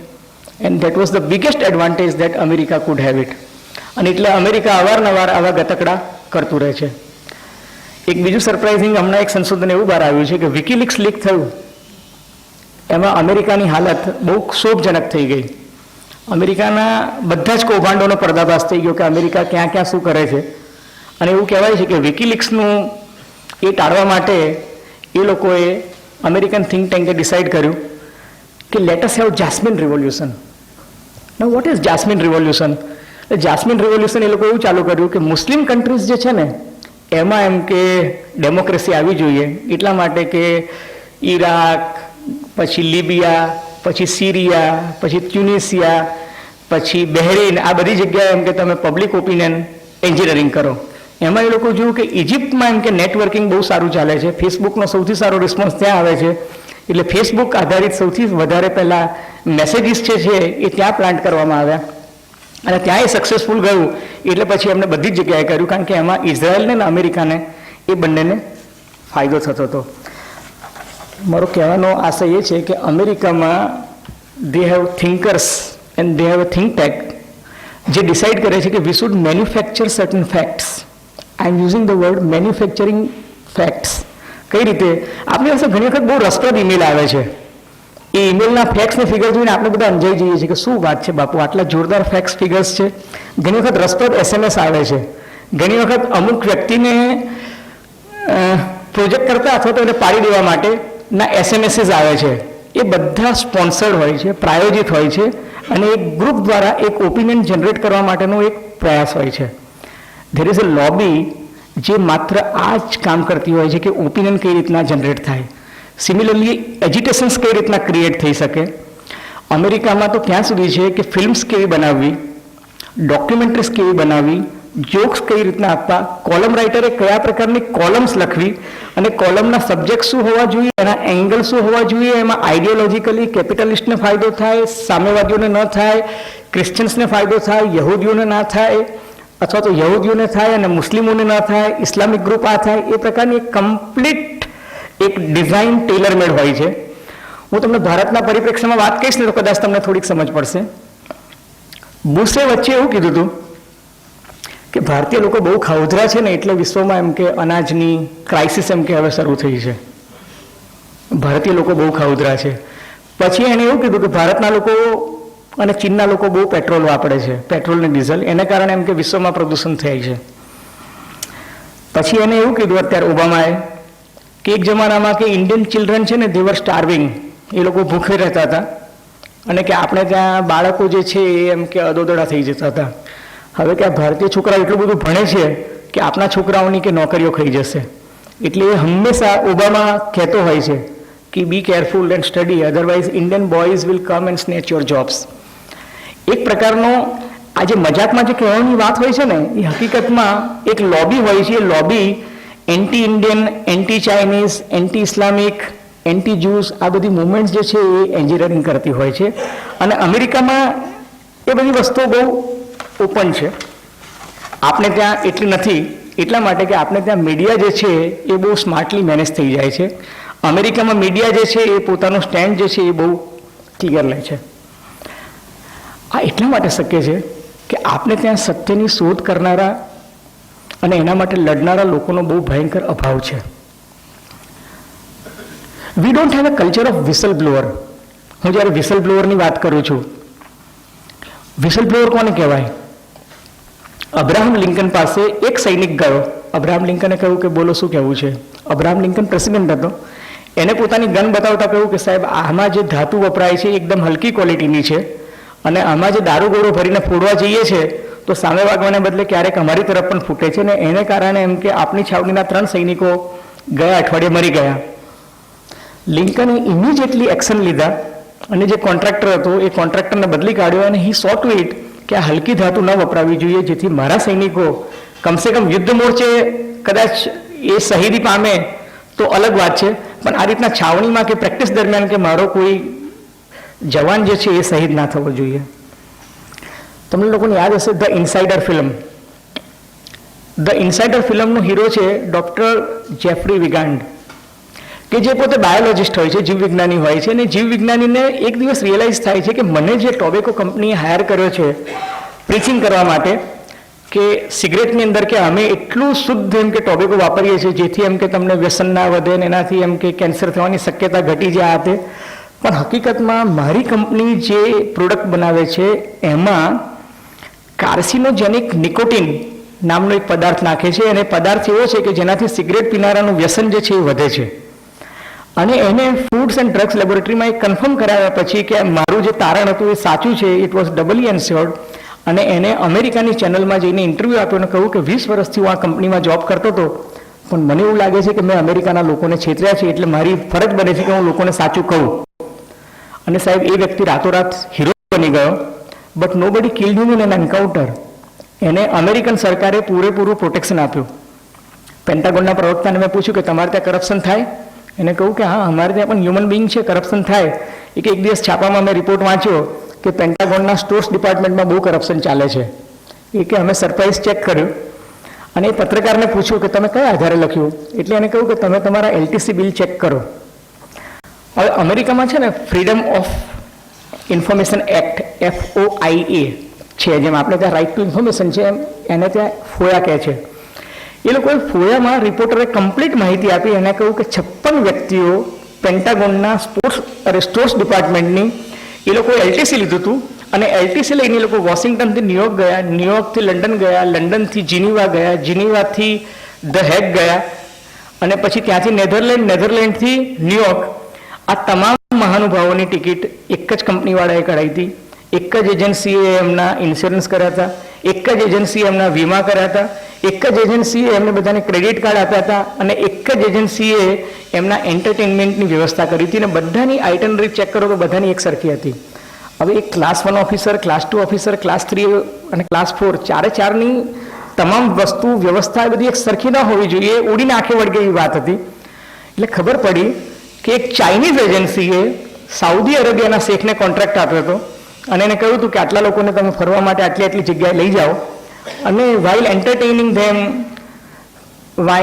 વાઇનિંગ ડાઇનિંગ વખતે એમ કે અમારી જે ગર્લ્સ છે એ લોકો સ્માર્ટલી એ લોકોને સર્વ કરતી વખતે પૂછી લેશે કે સર આપ ક્યાં કરતે હો, ક્યાં હે, એમ કરીને બધી વિગતો કઢાવી લેશે, જેથી પેન્ટાગોનના પ્રોજેક્શન્સ આગામી 10 વર્ષના શું છે ને પેન્ટાગોનમાં કયા કયા ટેન્ડર નીકળી શકે છે, શું રિક્વાયરમેન્ટ્સ છે, એની માહિતી એ લોકો લઈ શકે અને કોન્ટ્રાક્ટ મેળવી શકે. That was the Chinese design.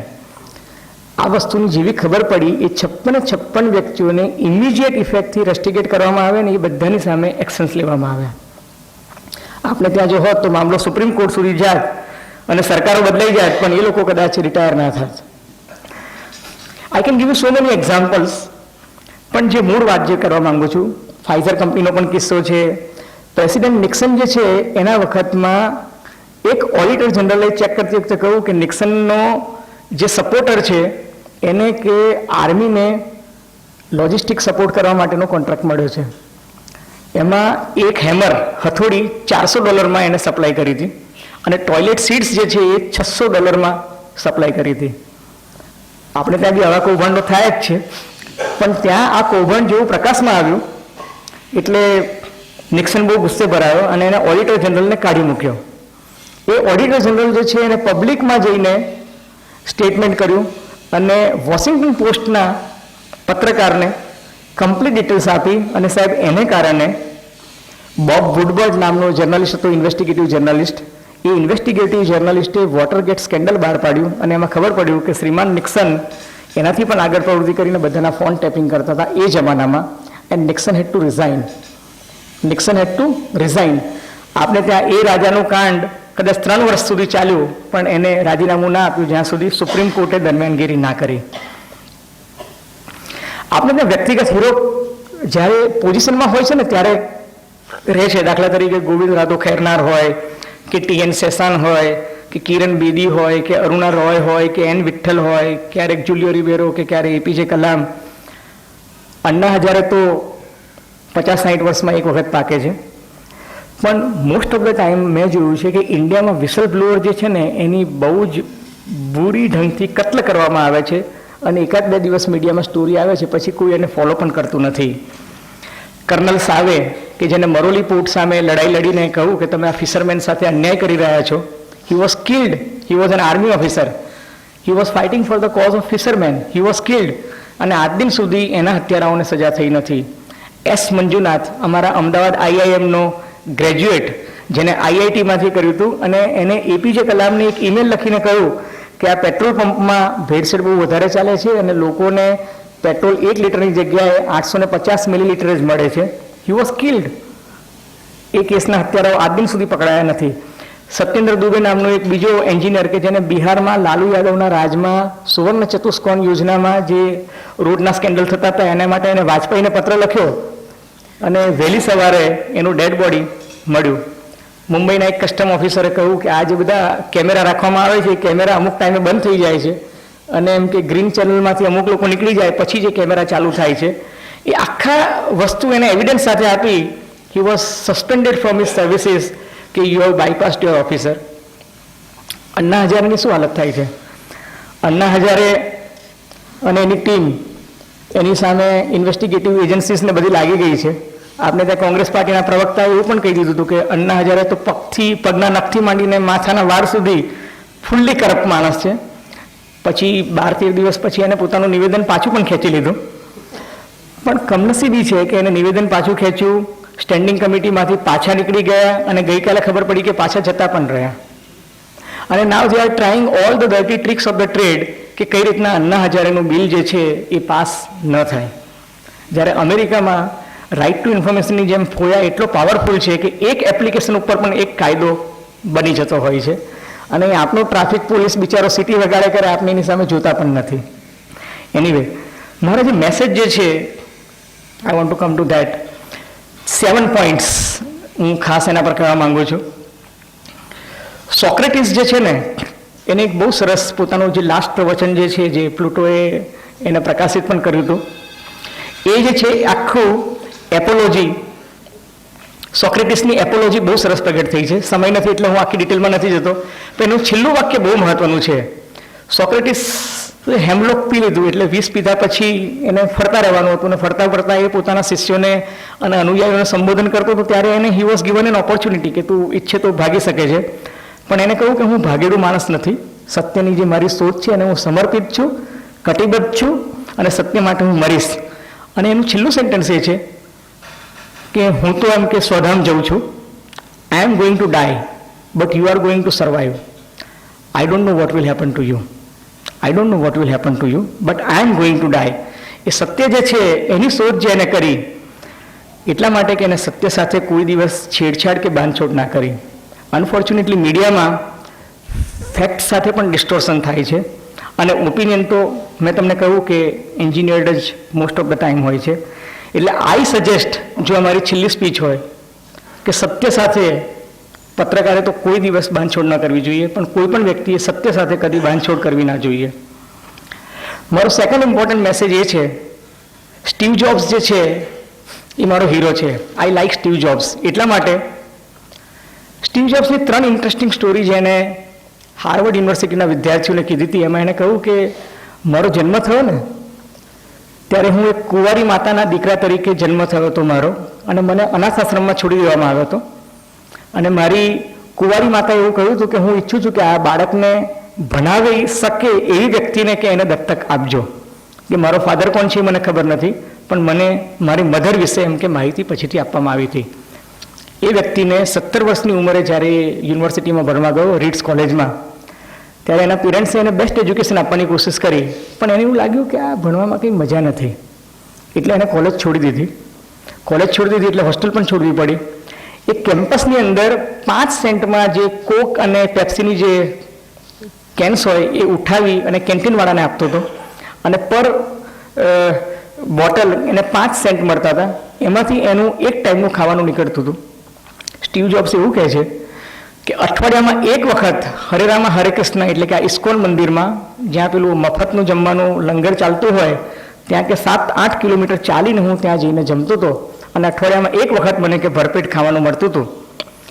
પણ એ વ્યક્તિએ જોયું કે રીડ્સ કોલેજમાં કેલિગ્રાફી બહુ સરસ થતી હતી. કેલિગ્રાફી ખ્યાલ છે ને તમને? બ્યુટિફુલ ટાઇપોગ્રાફીને શીખવાડતા હતા. એને રસ પડ્યો કે કેલિગ્રાફી શીખવા જેવી વસ્તુ છે, અને મૂળ સ્વભાવે બહુ ક્રિએટિવ માણસ હતો એટલે કેલિગ્રાફી શીખ્યો. 20 વર્ષની ઉંમરે એ વ્યક્તિ કેલિગ્રાફી શીખ્યો હતો. એને ત્યારે ખબર નહોતી કે કેલિગ્રાફીનો શું ઉપયોગ થશે, પણ પોતાના પિતાના ઘરમાં ગેરેજમાં એને એપલ નામની કંપની ચાલુ કરી. ત્યારે માત્ર 2 મિત્રો હતા અને $20 ઇન્વેસ્ટમેન્ટથી એને ચાલુ કર્યું હતું. 30 વર્ષની ઉંમર એટલે કે 10 વર્ષ પછી એ કંપનીનું ટર્નઓવર $2 બિલિયન હતું, $2 બિલિયન, અને 4000 એમ્પ્લોઈઝ એને ત્યાં કામ કરતા હતા. અને એને જે મેકિન્ટોશ બનાવ્યું હતું, મેક જેને આપણે કહીએ છીએ, મેકિન્ટોશ જે છે એમાં દુનિયાના શ્રેષ્ઠ ફોન્ટ્સ, એને ફોન્ટની એટલી બધી વેરાયટી નાખી હતી કે જેને કારણે આજે આપણને અલગ અલગ પ્રકારના ફોન્ટ્સ જોવા મળે છે, ડિઝાઇન આપણને મળે છે. આપણા લેટર હેડને બધા બહુ સરસ ડિઝાઇન થાય છે. એ કેલિગ્રાફી જે શીખ્યો એનો એને સૌથી સારો યુઝ જે છે ક્રિએટિવિટીનો એમાં કર્યો. અને એ જ વ્યક્તિને 1 વર્ષ પછી એની જ કંપનીએ કાઢી મૂક્યો. Can you imagine? જે વ્યક્તિએ કંપની બનાવી હોય, 2 વ્યક્તિઓએ કંપનીની શરૂઆત કરી હોય, પણ એને દાપણ એવું સૂઝ્યું કે એને થયું કે મેં આટલી સરસ કંપની બનાવી એટલે કંપનીમાં એક મેનેજિંગ ડિરેક્ટર હોવો જોઈએ, બોર્ડ ઓફ ડિરેક્ટર્સ હોવું જોઈએ. બધા બોર્ડ ઓફ ડિરેક્ટર્સ એક દિવસ ભેગા થઈને નક્કી કર્યું કે આ માણસ ધૂની છે, અને કે હવે એમને માસ પ્રોડક્શન કરવું જોઈએ, રિસર્ચ એન્ડ ડેવલપમેન્ટમાં પૈસા નહીં ખર્ચવા જોઈએ. જ્યારે આ માણસ જે છે એ રિસર્ચ એન્ડ ડેવલપમેન્ટમાં બહુ ખર્ચ કરતો હતો, એટલે એ લોકોને કાઢી મૂક્યો. He became jobless for 10 years. એને ખબર જ ના પડી કે હવે હું શું કરું. પણ બેસિકલી ક્રિએટિવ માણસ હતો, એટલે એને નેક્સ્ટ કંઈક બીજી કંપની ચાલુ કરી, ફિક્સર કર્યું, અને એના સારામાં સારા એનિમેટેડ મૂવીઝ એને બનાવ્યા. અને એ જ વ્યક્તિએ ફરી પાછી એ કંપની ખરીદી. આજે એપલના CEO તરીકે, ચેરમેન તરીકે હવે એટલું થાય છે કારણ કે એને કેન્સર એવું છે, પેન્ક્રિયાઇટનું, કે એને કારણે કદાચ બહુ લાંબુ નહીં જીવી શકે. પણ એ વ્યક્તિ વિશ્વનો સૌથી ધનાઢ્ય વ્યક્તિ બન્યો. એ પછી માત્ર એના કર્મના સિદ્ધાંતને કારણે, એની ક્રિએટિવિટીને કારણે, અને એની ક્રિએટિવિટીનો હું સલાહ માનું છું. હું ઈચ્છું છું કે વ્યક્તિએ પોતાની ક્રિએટિવિટી નહીં છોડવી જોઈએ, વ્યક્તિએ પોતાના કર્મના સિદ્ધાંત જે છે એને નહીં છોડવું જોઈએ. મને કોઈ પૂછે કે પત્રકાર તરીકે તમે શું કરવા માંગો છો? હું એવું માનું છું કે લાઈફમાં કોઈ એક મિશન લેવું જોઈએ. પછી એ ધ બ્લડ ડાયમંડની પેલી લેડી જર્નલિસ્ટ છે ને, જેનું નામ હતું મેરી બોર્ડ, એને નક્કી કર્યું કે આ બ્લડ ડાયમંડ લેવા માટે આફ્રિકાના લોકો ઉમરા બાળકોનો વધ કરી નાખે છે. અને કહેવાતું રિવોલ્યુશનરી ફોર્સ છે એમાંથી ગોરાઓ તો કે ડાયમંડ પાસે ગાંડા છે, ગોલ્ડ પાસે ગાંડા છે, પણ બ્લેક જે છે એ પોતે જ પોતાના ભાઈઓનો વધ કરી રહ્યા છે. એને અટકાવવા માટે એને એક આખું મિશન ચાલુ કર્યું. અને તમે જુઓ કે એને કારણે she was successful in her mission. અને યુરોપ અને અમેરિકાએ નક્કી કર્યું કે we will never buy blood diamond. Unfortunately એ બ્લડ ડાયમંડ સૌથી વધારે આ ભારતના સુરતમાં વેચાય છે, કારણ કે સુરતમાં નફાનો ખર્ચ છે. સુરતમાં નફાનો ખર્ચ છે. મેનેજમેન્ટનું જે best, one of the best institute જે માને છે વોર્ડન ઇન્સ્ટિટ્યૂટ. તો વોર્ડન ઇન્સ્ટિટ્યૂટમાં પહેલા દિવસે જે પહેલી કેસ સ્ટડી શીખવવામાં આવે છે એવી છે કે તમે અચીવમેન્ટનું મેઝરમેન્ટ છે ને, એ સફળતાની જે પારાસીસી છે એ તમે લાઈફમાં ક્યાં પહોંચ્યા એ નથી. તમે સક્ષમ હતા છતાં જો તમે કોઈ વ્યક્તિને જો મદદ કરી ન હોય તો એ પાપ છે, એવો એનો પાયાનો સિદ્ધાંત છે. તમે સક્ષમ હો અને જો તમે કોઈ વ્યક્તિને મદદ ન કરતા હો તો તમે મોટું પાપ કર્યું છે, એવો એ સંસ્થાનો સિદ્ધાંત છે. અને એ સિદ્ધાંત સમજાવતા એ ઇન્સ્ટિટ્યૂટના ડીન એવું કહે છે કે અમે લોકો એક વખત હિમાલયમાં ગયા અને હિમાલયમાં થોડાન પાસ લગભગ 18,000 ફીટની ઊંચાઈએ ચડતા હતા ત્યારે મેનેજમેન્ટ ઇન્સ્ટિટ્યૂટના વિદ્યાર્થીઓ, પ્રોફેસર્સ અને હું બધાએ જોયું કે એક સાધુ જે છે એ ત્યાં તપશ્ચર્યા કરતા કરતા પડી ગયો અને એનો પગ જે છે એમાં ફ્રેક્ચર આવ્યું હતું. એ કે બધાને એ સાધુ પ્રત્યે દયા થઈ, અનુકંપા આવી, મદદ કરવાનું મન થયું. બધાને એવું થયું કે વી આર મેનેજમેન્ટ પીપલ, અને મદદ કરવા જઈશું તો ટાઈમ લિમિટમાં ઉપર નહીં પહોંચી શકીએ. અને બધા પોતપોતાના ઉપર પહોંચવાના અચીવમેન્ટ મોટિવેશન સાથે એટલા બધા ઓતપ્રોત થઈ ગયેલા હતા કે કોઈએ સાધુને મદદ ન કરી. પણ એક વિદ્યાર્થીને એવું થયું કે આ બધા જાય છે ઉપર, એમાંથી કોક તો પહેલો પહોંચશે જ, આ હરીફાઈમાં જવા કરતાં આ બિચારાને મદદ કરીએ. એ માણસે સાધુને ઉચક્યો અને ઉચકીને ફિઝિકલી એને લિફ્ટ કરીને નીચે લઈ જવા માંડ્યો. બીજા લોકોએ જોયું કે યાર આ એક વિદેશી માણસ છે, એક સાધુને ઉચકે છે ને આપણે લોકો શું કરીએ છીએ, એટલે પછી ત્યાં બીજા બધા લોકો હતા એને પણ મદદ કરીને અલ્ટિમેટલી સાધુ નીચે પહોંચી ગયો. એને મેડિકલ હેલ્પ પણ મળી, રિલીફ પણ મળી અને સાધુ જીવતો રહ્યો. જ્યારે આખું ટોળું ઉપરથી મેનેજમેન્ટ ઇન્સ્ટિટ્યૂટ નીચે આવ્યું ત્યારે આખા રસ્તામાં એ લોકો એવું વિચારતા હતા કે યાર વી couldn't help that main, V couldn't help that main. પેલા છોકરાએ એવું કીધું કે તમે બધા એ ગિલ્ટ સાથે ઉપર ચડ્યા નીચે આવ્યા, મને કોઈ ગિલ્ટ નથી, because I help that man. એટલે વોટર યુનિવર્સિટીનું સ્ટડી કહે છે કે if you can help a man please do that. મને ઘણા લોકો, આ દીપક સહિત ઘણા બધા મિત્રો કહે છે કે મીડિયા બહુ પાવરફુલ છે. જો મીડિયા પાવરફુલ હોય ને તો મારે તો પત્રકાર તરીકે અમદાવાદમાં અમારા સરખેજ એરિયામાં જુહાપુરા અને જીવરાજ પાર્ક, એટલે હિન્દુ વિસ્તાર અને મુસ્લિમ વિસ્તાર વચ્ચે એક દિવાલ બની ગઈ છે, 2 કિલોમીટર લાંબી દિવાલ. એ દિવાલ એટલા માટે બનાવી છે કે હિન્દુઓ મુસ્લિમોના એરિયામાં ના જઈ શકે, મુસ્લિમો આ બાજુ ના જઈ શકે. એને કારણે લોકોને આખું આમથી ફરીને જવું પડે છે કે આમથી ફરીને જવું પડે છે. બર્લિનની દિવાલ તૂટી ગઈ તો આ દિવાલ કેમ ના તૂટી શકે? મને એવું લાગે છે કે મીડિયા તરીકે હું પાવરફુલ નથી. જો હું પાવરફુલ હોત તો એ દિવાલ મેં તોડી કાઢી હોત, પણ હું પાવરફુલ નથી. પત્રકાર તરીકે ઘણી બધી વ્યક્તિઓના ઇન્ટરવ્યુ લેવાની તક મળી, પણ 2 શરમજનક ઘટનાઓ મને હંમેશા યાદ આવે છે. એક શાહપુરમાં વેન્ડર એટલે કિન્નર, એની સાથે હું વાત કરતો હતો. પૂછ્યું કે તમને પોતાને ક્યારેક કંઈક ફિલિંગ થાય એવી, એમ ઇન્ફિરિટી કોમ્પ્લેક્સ કે એવું તેવું? એને મને કહ્યું સાહેબ એક વખત લાઈફમાં થયું હતું. મને કે કંધારમાં એમ કે આપણા પ્લેનને હાઈજેક કરીને લઈ ગયા લોકો, અને પછી કે આ જસવંતસિંહ એમ કે પ્લેનમાં પેલા ત્રાસવાદીને મૂકવા ગયા ને ત્યારે કે કિન્નર તરીકે મને બહુ શરમ આવી હતી.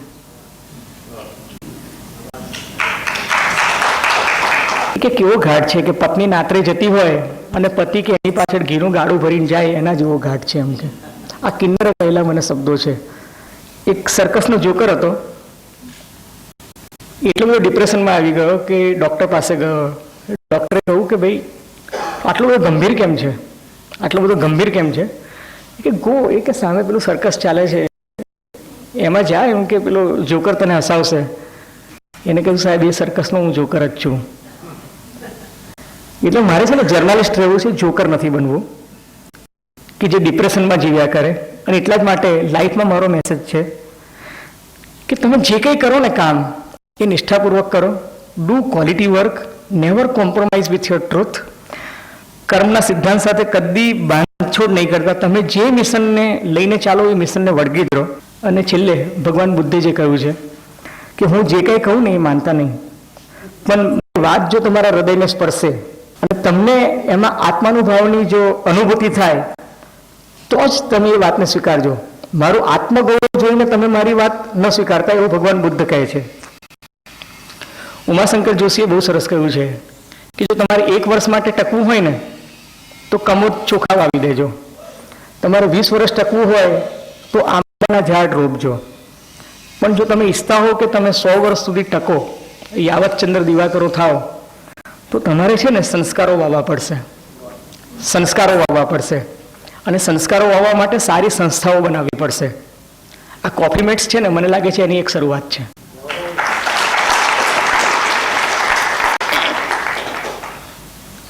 વિક્રમ સારાભાઈ વિશે મને મેનેજમેન્ટ ગુરુ સી.કે. પ્રહલાદે એક વાત બહુ સરસ કીધી હતી, જે હું કદી નહીં ભૂલું. સી.કે. પ્રહલાદ એટલે વર્લ્ડ બેસ્ટ મેનેજમેન્ટ ગુરુ, કે જે બિલ ગેટ્સ ને સ્ટીવ જોબ્સ અને બિલ ક્લિન્ટનને પણ સલાહ આપતા હતા. એને એવું કહ્યું હતું કે Vikram Sarabhai was A visionary. એ કે હું તો હિન્દુસ્તાન લીવરમાં માર્કેટિંગ મેનેજર તરીકે કામ કરતો હતો, અને મને એવું હતું કે લાઈફમાં હું આગળ વધીને શું બનું, તો કે હું માર્કેટિંગ મેનેજરથી રિજનલ મેનેજર બનું, રિજનલ મેનેજર કન્ટ્રી હેડ બનું, અને કદાચ એમ કે ચાન્સ મળે તો કે સાઉથ એશિયન કે સાઉથ પેસિફિકમાં એમ કે મને ચાન્સ મળે તો સિંગાપુર કે બેઇજિંગમાં એમ કે આપણને જવાની તક મળે. કે વિક્રમ સારાભાઈએ મને એવું કહ્યું, એક વાત વાતચીતમાં મળી ગયા કે યાર you are A very talented person, you should become professor in IIM. એટલે કે મેં કહું કે હું આઈઆઈએમમાં શું કામ આવું? એટલે કહું કે તું જો IIMમાં આવીશ ને તો તું મેનેજમેન્ટ ગુરુ બનીશ, અને જો તું IIMમાં નહીં આવે તો મેનેજમેન્ટ ગુરુ છે તને ભણાવ્યા કરશે, દર વર્ષે તારે રિફ્રેશર કોર્સમાં જવું પડશે. એટલે કે what is your vision in life? C K. પ્રહલાદે કહ્યું કે મને પહેલી વાર ખબર પડી કે મારું તો લાઈફમાં કોઈ વિઝન જ નથી. એટલે વિક્રમ સારાભાઈએ મને કહ્યું કે તારું લાઈફમાં કોઈ વિઝન નથી, તારું લાઈફમાં કોઈ મિશન નથી, તો તું કરવાનો શું? હી સેડ કે મને તે દિવસે એટલી બધી ઇન્ફિરિયોરિટી કોમ્પ્લેક્સનો અનુભવ થયો તો મેં વિક્રમ સારાભાઈને કહ્યું કે તમારું વિઝન શું છે?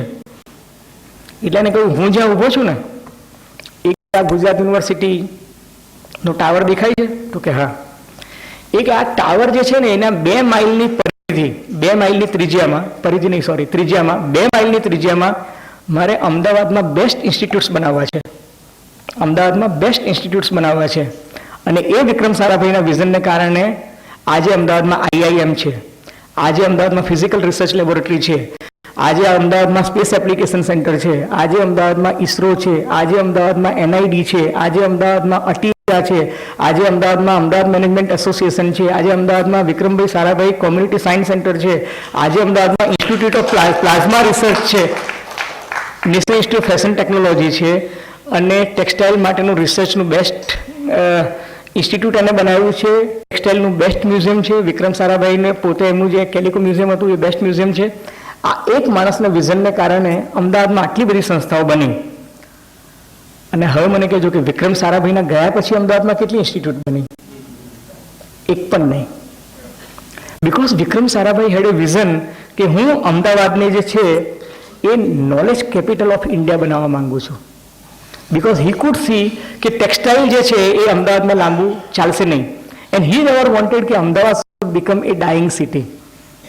એટલે પૈસા નહોતા તો એને IIMની જે બિલ્ડિંગ બનાવી ને એવી રીતના બનાવી કે સિમેન્ટથી એને પ્લાસ્ટર કરવાની જરૂર ના પડે, એને ઓપન જે બ્રિક્સનું સ્ટ્રક્ચર આખું એને આર્કિટેક્ટને આપ્યું કે સ્ટીલ અને સિમેન્ટ એ ઓછામાં ઓછું વપરાય એવી ડિઝાઇન બનાવો. એ કે જમીન આપણી પાસે પુષ્કળ છે, કારણ કે એ જમાનામાં 40 પૈસે સ્ક્વેર ફીટ જમીન મળતી હતી. એ જમાનામાં 40 પૈસે સ્ક્વેર ફીટ જમીન IIMને મળી હતી. એટલે એને કહ્યું જમીન પુષ્કળ છે આપણી પાસે અને કે કેમ્પસ મોટું બનાવો. અને એ વિક્રમ સારાભાઈનું વિઝન હતું કે જેટલી જમીન એને 40,000 સ્ક્વેર યાર્ડ જમીન જેટલી લીધી હતી એટલી જ જમીન એને અધ્યાપકોના આવાસ માટે લીધી હતી, એટલી જ જમીન પાછળ કેમ્પસ માટે લીધી હતી, અને બાજુમાંથી રોડ પસાર થતો હતો એ રોડની બીજી બાજુ એને 40 એકર જમીન લીધી હતી, જ્યાં IIMનું નવું કેમ્પસ અત્યારે ડેવલપ થયું છે. અને એનું એ વિઝન હતું કે રોડની ઉપર ફ્લાયઓવર ના બનવો જોઈએ, રોડ ક્રોસ કરીને સ્ટુડન્ટ નહીં જઈ શકે, એટલે એને ટનલ બનાવવાનું વિઝન એ વખતે કર્યું હતું. જે આજના આર્કિટેક્ટ્સે કહ્યું કે that is the best solution. એટલે 2 કેમ્પસને જોડતી એક ટનલ બનાવી છે, અને એ ટનલની અંદર જે છે બંને સાઈડ પર પેઇન્ટિંગ સારામાં સારા મૂક્યા છે. And that was Vikram Sarabhai's vision. એટલે એક વ્યક્તિના વિઝનને કારણે જો અમદાવાદ શહેરનું આટલું કલ્યાણ થઈ શકતું હોય અને અમદાવાદ ડાઈંગ સિટી ના બન્યું because of that man's vision. એટલે must have some vision or mission in the life. સફળતા અને સાર્થકતા વચ્ચે સૌથી મોટો તફાવત એ છે કે મેડોના સફળ છે, મેડોના સફળ છે, અને મધર ટેરેસાનું જીવન જે છે એ સાર્થક થયું છે. એટલે મેં મારા પ્રવચનની શરૂઆત જ્યારે કરીને ત્યારે મેં કહ્યું હતું કે નારદે વેદવ્યાસને પૂછ્યું કે મારું લખેલું સત્ય ભ્રષ્ટ તો નહીં થાય ને? એટલે પત્રકાર તરીકે હું હંમેશા જો સતત એ ચિંતા કરતો રહું કે મારું લખેલું ભ્રષ્ટ તો નહીં જાય, તો મને લાગે છે કદાચ મારું જીવન સાર્થક થઈ જાય.